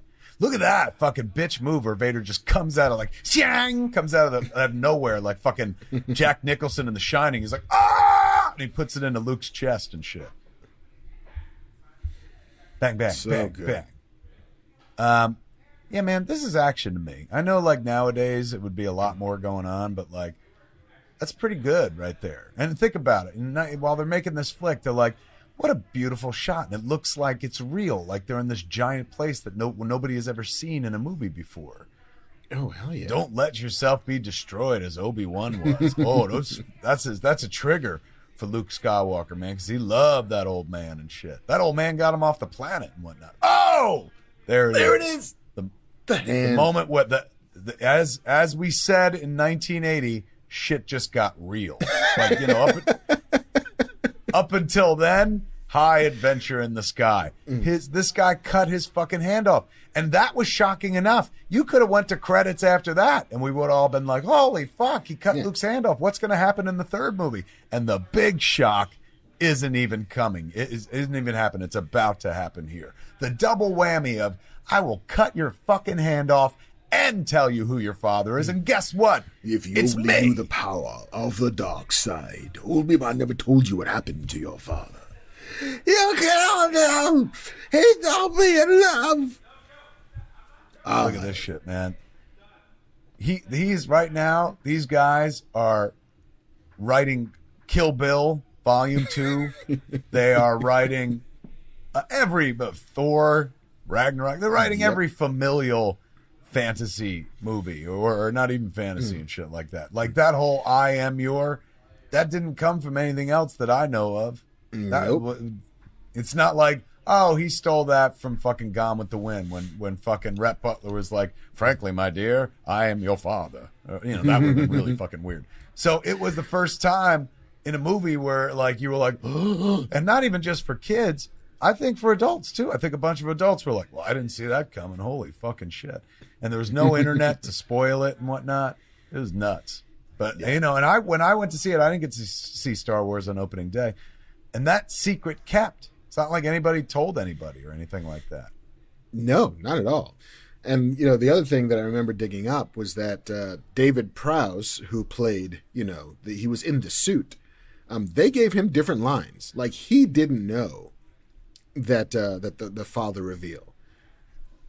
Oh, really? Yeah. So I wonder if they knew they were going to do it and were just keeping it secret, or if he was in post and somebody was like, look, you don't have to loop lines. Well, no, because they needed to. So what the fuck did he say? Because Luke has that reaction of, no, it can't be true. So he must have just been like, you know, fucking your dad went evil or something like that. It was. Maybe that's what he was acting to. Prowse, who spoke all of Vader's lines during filming, was given a false page that contained dialogue of the revelatory line being, "No, Obi-Wan killed your father." And they told Hamill, they told Hamill moments before the cameras rolled on his close-up, and he didn't tell anybody, including his wife. And Ford apparently didn't learn the truth until he watched the actual movie. Is that right? So while they're making the movie, they didn't even know. So Lucas kept that so close to the vest. Yeah. That's nuts. So, but Lucas had to know when he was making the movie because He had to tell Hamill, like, you're reacting to, he's your dad. yeah, and Mark Hamill has never said I didn't fucking know. He said that like he knew. He didn't. I don't know if he said seconds before, but he definitely found out. Yeah. Luke using the Force to call out to Leia. I remember being like, oh, I don't want these two getting back together and shit. 'Cause the sister thing, I like her and Han. I'm like, they belong together. Sister thing hasn't been a factor yet. We still don't know that these two are related, correct? We don't, although if you had to put this sequence where he's calling out to her and the there is another together, then like maybe Lucas was, you know, if you hadn't landed on it, at the very least, there's more going on between them and at least more than with her relationship to the Force than he had talked about before. That had ever been in the movies before. They that shot used to just be in Empire originally, just Darth Vader walking down the hall with stormtroopers going like, alert my ship, I'm ready. And then they did for the extended version like an exterior shot and shit like that. But I remember being a kid and being like, that shot was so pointless. Like, you had him and a bunch of stormtroopers that looked so cool, but all he said was like, I'm leaving, as he walks down the hallway. No more like, you know, like, if I would have been, they could have looped anything into that scene, so they should have had him be like, so then I told this son of a bitch I was his dad, and the stormtroopers were like, ha, ha, ha, ha. But really, though? Really? This is dope right here, man. We never got to see this part of the Falcon in many movies, where he gets to go up to this little boom tube elevator and shit. And I love that he harnessed himself in so he don't get fucking blown away. That must have been from like the army or some such shit, like something based in reality. Yeah. Well, I wonder why Leia doesn't go get him. Like, why would they trust? I mean, I guess this is now the vote of confidence for Lando. Like, you have to go get Luke. Luke who? No, you do it. I have to go fly. Maybe they were like, we're still not sure on Lando, so if he gets blown away up there, fuck him. But you're right. She should have been the one that was like, I'll go get Luke. He's my good friend who I kiss sometimes. So still, at this point in the movie, we don't know that they're related. So right. I wonder when she has the conversation with Luke to be like, hey, man, while we were in space, I was making out with Han. So stop kissing. Don't kiss me anymore. Yeah, we can't be fuck buddies anymore. Yeah, it's done. It's over because I got a new guy. Yeah, it's like, listen, look at this I know guy. we used to fuck a lot, but it's now a Han thing. So, and I haven't had sex with him yet, so don't tell him. She just kissed him. Again? She just kissed him. And like, meanwhile, her other space boyfriend just got fucking ice cubed and shit like that. And still, you don't have to, like, even if you're like, oh, she likes him, she's affectionate toward him. I wouldn't fucking kiss somebody if they were like beat up and shit like that. They're missing a hand. You think they want to be kissed on the lips and shit like that? So that's not I don't know that he knew that they were going to be siblings yet. Yeah. You know what I'm saying? Just didn't care. It was like, you know what? I It was just like, I kiss my sister on the lips all the time. That's how we roll in Modesto, bro. Isn't that where he's from, Modesto? It's the Modesto two-step. This ship, my favorite. I think this is my favorite large ship. Unlike, I think my favorite small ship is Darth Vader's TIE Fighter, or maybe Kylo Ren's TIE Fighter. But in terms of the big ships, more than the Millennium Falcon, my hot take is I like Darth Vader's Imperial Star Destroyer, which I think is the Executioner or the Executor. Do you remember what it is? I think it's the Executioner. Which is so metal. I remember having to look that up as a kid and then finding out what it was. And I was like, oh, shit, they named their whole fucking plane after the fucking darkest job in the world, man. Taking lives away. Man, this motherfucker still don't have his leg on. And you're saying, ouch? Does he register pain? Is that a thing? I know, right? Ouch, you're doing it wrong. Look at Darth Vader literally looking at the Millennium Falcon. Yep, Luke. Dad. He hates that shit. Like, it left the hangar in Star Wars. It left the hangar in Hoth. It's always eluding him, that fucking shit. Mm-hmm. Like, most times he probably don't know what the ships they're after look like. He's just like, shoot him down. I don't give a fuck. But this one, he's been intimately involved with and shit like that. So whenever he sees it, he must be like, I fucking hate that piece of shit gremlin in the sky. Fuck your Fiat. It's always causing me shit. This guy just got his hand cut off, and he's handling that trauma pretty well, man. I know he's got robot cover on it and shit, but I would not be that fucking cool, especially when my space dad starts talking to me in my head and shit. Like Get out of my that fucking would have head. me thinking, like, I know. It's like, I'll never jerk off again because he could always pop in and be like, Luke, what are you thinking? It's like, the morphine none of your can't business. kick in if you keep on talking to me, Dad. Remember you cut off my tell you. fucking hand? If he really wants to fuck with Luke right now and he's already in his head, he could be like, look to your right. That is your sister. And that big Wookiee, that is your second cousin. He just keeps listing all the relatives he's got. Yeah, or like Luke is like, Ben, why didn't you tell me? And Vader's like, because I didn't want to. It's like, Ben, no, just me, your dad again. Ben is a lousy uncle. Oh, this motherfucker, he sees the ship get away and he's like, I am not long for this world, man. Nope, I'm And settling my yet, affairs. Darth today. Vader, he lets him go, man. Look at him. He's just kind of like, Christmas Did that motherfucker time is here. He's Charlie Brown walking home in the snow, all sad. He didn't get what he wanted. But he's so bummed, he forgets to kill the fucking general, man. I'll most likely kill you in the morning. Look at it. This is their Battlestar Galactica shot, right? Where the whole fucking fleet is together running through space. They don't have a space base no more because Hoth got blown up. So where would they be there on their way to? Where are they? Where's the base in Return of the Jedi? Oh fuck, I don't even remember. Isn't it just still a fleet? It's just the fleet, right? Because the fleet attacks the second Death Star. It starts getting picked off, and he's like, "I'm afraid this battle station is quite operational." It would make sense that, like, every time they go to some planet, it always gets either blown up or they get caught. So, like, listen, maybe we don't set up shop anywhere, and we just roll in space, so we can just beam out whenever we need to. They gave us everything we needed for Return of the Jedi. They literally say, we will meet on the rendezvous point at Tatooine. So, like, we had to know going into fucking Return of the Jedi that Tatooine was going to play a part. Them saying we're going to go after the bounty hunter. I don't think they call him Boba Fett. They're like, we're going after the bounty hunter. But they do reference Jabba the Hutt by name. First time we see fucking Mim and Luke, who's just been revealed as Darth Vader's son, is becoming kind of like Darth Vader. Yep. They lean into that in the next movie in a big bad way. But here, shows up this ain't a brotherly hug. This is like, look, once they're gone, let's talk. Hand's going down. That hand is crawling south. Slow down, Luke. I'm telling you, George Lucas did not know when he made this movie that he was going to make them siblings. There's no way. I believe that shot, like they augmented that shot. Maybe I'm wrong. Like they probably made a better looking Saturn. I think that one, the one where the Falcon is like literally going in front of the Milky Way. That's the insert. Yeah. But I think that was look, man, everyone lined up, but not victorious like in Empire Strikes Back.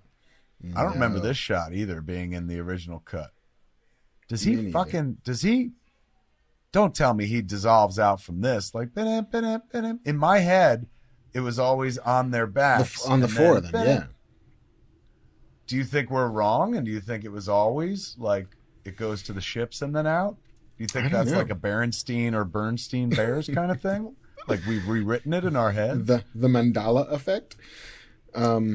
Yeah, no, everybody, all the kids in Hollywood owe Lawrence Kasdan and Lee Brackett because they wrote the screenplay that everyone's been copying for an action movie, an adventure action movie ever since. Everybody owes, every creative owes so much to The Empire Strikes Back. All the little kids in Springfield are SOBs. Everybody does. I gotta say that, man. Like, think about how influential this film is, and it doesn't get its dick sucked nearly as much as Star Wars. Everyone's always like, Star Wars, A New Hope, but like, especially when they came out, Empire did less business than the other two and shit. But it's the best Star Wars movie, hands down. And not only that, but it was the blueprint for a lot of fucking movies to come that we all fell in love with for the rest of our lives. Yeah. I mean, like, to your point that we talked about early on, is that there had not been franchises like this before. You know, I mean, you saw Planet of the Apes, you know, like, yeah, I love Planet of the Apes, and then, you know, Returns of the Planet of the Apes, Beneath the Planet of the Apes, Conquest, all of that stuff is, you know, sort of following one another, but not this way. Not like these direct handoffs, and not with this sort of emotional connection to these main characters. Like, what's going to happen to these people is why you turn in. Less, what's going to happen on the Planet of the Apes, this movie. Right. Look at John Ratzenberger in the credits. He's one of the rebel forces. And he was also in, like, Gandhi when he was a kid, too. I remember he's driving a Jeep or something like that. That guy, there's the tie between Pixar and Star Wars universes. John Ratzenberger, man. Cliff. I remember these color credits my whole fucking life. This color will always be the Star Wars credits. Anybody could try to do shit with that color in a movie and will always read to me as the Star Wars credits. And when I got to be a voice in Force Awakens. JJ used my voice for one of the stormtroopers. I sat there. I was in Boulder, Colorado, watching the movie because I was on tour doing shows. And so me and Jem went to see Rise of Skywalker, like opening night, Boulder, Colorado. And I stayed through the credits and saw my name in that blue font. And boy, oh boy, man, I was triggered right back into childhood when I watched the credits for the first time in Star Wars movies, and like that blue font was part of the experience. Like, it's different than other movies. I'll read these credits, they're in blue. And apparently Lucas got into a bit of a tiff with all the various guilds because he wanted the credits, all the credits, to be after the movie. So there's nothing beforehand. It's 20th Century Fox, Lucasfilm logo, crawl, movie. And they let him have it for Star Wars because, like, oh, well, you're the writer-director and you can, make those decisions and whatever. It'd be a one-time exclusion. But he's like, no, all of the movies are going to be that way. And so he literally, like, left the DGA and the WGA and the Motion Picture Association because they fought him over it. He's like, well, fuck it. If this is what it's going to be, I'm going to do that.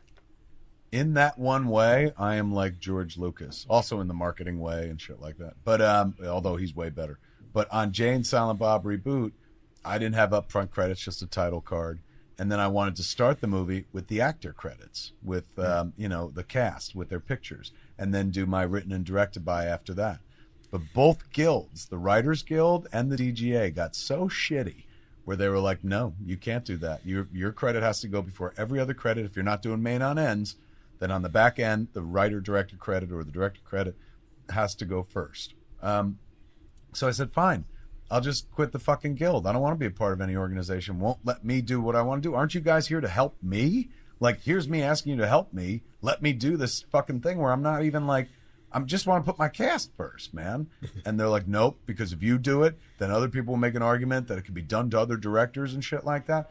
And they held so fucking firm. And I was like, you know what? Then I'll just drop out of this fucking guilds and stuff. And they were like, go ahead, but you still have to fucking keep your credits the way we told you to in this movie because it was made as a guild signatory film. Like, they had me 6 Ways to Sunday, man. I was so pissed that I couldn't just do what I wanted to do. And it wasn't me going like, I'm trying to glorify myself. I was like, I just want to fucking give props to the cast first. It makes more sense. It flows this way, man. So they're pretty tight about it, man. And I did want to go the Robert Rodriguez and apparently the George Lucas route of being like, fuck them, then I'll quit. But they were like, you can quit, but you're still going to have to keep your credits that way, asshole. And I was like, fuck, I've been beaten. You got me. Not really the last thing I thought I'd be saying on an Empire Strikes Back watch along, but oddly enough, it does have a weird tie into George Lucas. Your thoughts, Mark, on this classic that came out so many years ago? What is it, 40 years ago this year? 40 years ago, yeah. This is the 40th anniversary. I still agree with you. This is of the Star Wars movies, this is the best of them. I have a love for A New Hope simply because it was the first one. But I think this is it's better written, it's better acted. The effects are even a quantum level better than the previous one was, even if you're not taking the special editions into consideration. But it is absolutely a movie that introduced a generation of filmgoers and eventually filmmakers to tragedy, to like what happens if your good guys don't win. What does a middle chapter of a thing feel like? And it does exactly what it's supposed to do, which is like take your heroes to their lowest point. And we've lost everything. Like we lost Han, we lost Hans, like we lost 2 things with HAN that begin them. We found out that our dad is not our dad. Like or our dad is our dad. It's kicking your characters in the balls as hard as you can, and then making them get back up from that for the finale. But yeah, no, it's masterful. Not only is it a movie I've enjoyed watching throughout my life, it's a movie that I learned from, even though I don't make movies like that, but we all take from it, whether we know it or not. But it's still joyful. Like as I watched it here, I was like, oh man, I wish I had the volume up because fuck, it's such a high adventure film. And it's still like, there have been many great Star Wars movies, but this is head and shoulders, hands down, the best as far as I'm concerned. Yes, even with the Dagobah interlude, which could be half as long and maybe do a little more, the stuff that surrounds it is still fantastic. Young Kevin and Mark were thrilled in a theater. Old Kevin and Mark in the Dagobah scenes would be like, move on! Fuck this puppet! Faster! Learn some shit! There it is, folks. Hopefully you enjoyed yourselves. Hopefully we didn't offend anybody. If we did, sorry. It's all in good fun and stuff. We love this movie. Indeed. So hopefully you loved it along with us and stuff. Indeed. And I'm going to go back to my May the 4th, where I am rectifying a long-held hole in my Star Wars knowledge, in that I never watched the Clone Wars show. So I figured that if there was a day to begin watching the Clone Wars, it was May the 4th. For my May the 4th, I'm going to barbecue some porgs, kick back, and no, of course not. I'm vegan, so I wouldn't be barbecuing any porgs and shit. But I'm going to celebrate today. Well, the day's almost done, so I'm done celebrating. I did my time for Star Wars, man. Star Wars is in every aspect of my life. I you know, it's so weird for the amount of plugging I do for Star Wars and shit. I'm not on the payroll, and I have to pay for everything. You know what I'm saying? Like, I bought the action figures, I buy the tickets to the movies and shit. But you do these things because you love these things, and I've loved this movie since I was a kid, and I'm delighted to see 40 years later, it still holds up, not just as a fond childhood memory, but as a piece of cinema. Hats off to Irvin Kershner and crew, and of course the visionary George Lucas, for giving us this wonderful, wonderful flick. The great Carrie Fisher, the great Mark Hamill, Harrison Ford. I've realized that I got to, like, I love that movie so much as a kid, and I got to cross over with and work with some of those people. I worked with Mark and Carrie, both in Jay and Silent Bob Strike Back, and now I worked with Mark again on our show, Masters of the Universe. I worked with Peter Mayhew, came on an episode of Comic Book Men. I've had some crossover, man, with my childhood heroes, people I looked up on the big screen and was like, wow, I wonder if I'll ever meet him and stuff. So this movie laid track, which I'm still, you know, the industry still runs on, and my heart still runs on to this day. Closing thoughts from you, Mr. Mark Bernard? This movie is so good. It makes me want to watch Jedi again. And like, Jedi is not a thing that I like it quite a bit. Don't love it, but I like it a lot. But now right. I want to know how it ends. I want to know how it ends, even though I totally know how it ends. I was going to say, spoilers, I can tell you. This was a blast, man. I enjoyed watching it with you, man. It was a good time. Next so time we do it in the same room, though. Fuck this. It's a little weird. Yeah. It is so strange, I know. But strange times. We can't be too first world about it and be like, we want to be together when we do commentary tracks on movies we didn't create. I want to hold your hand during it. Alas. Yeah, but we will be in the same room together next time, goddammit. Thanks, everybody, for hanging out. Don't forget to support Scum and Villainy Cantina. They put on this wonderful stream for you, man. You know, JC asked us. We weren't going to do this. We wanted to spend Star Wars Day with our families like everybody else. But JC called us, and we come a-running and stuff like that. So any way you can help out the Scum and Villainy Cantina, buy a gift card or come see it when, like, we're allowed to open, which I understand maybe soon. It sounds like the governor's talking about opening in right now. He said we're in stage 1. Stage 2 is restaurants and bars and stuff like that, but at low capacity. So that means people might be able to come back to the Scum and Villainy Cantina fairly soon and stuff. Indeed. If you do, we'd love to get back. Cover yourself in a human prophylactic, for God's sakes. But still suit with a Minoc mask. With a Minoc mask.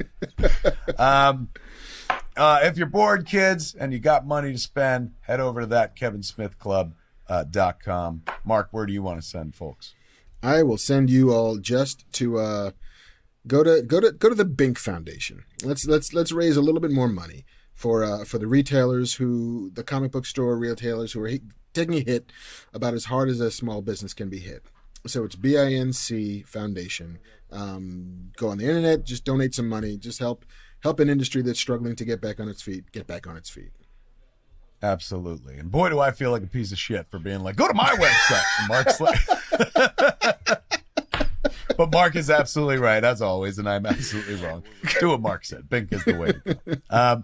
Thanks for hanging out with us here on Fat Man Beyond on Star Wars Day. I can't do this show without that guy who's either to that side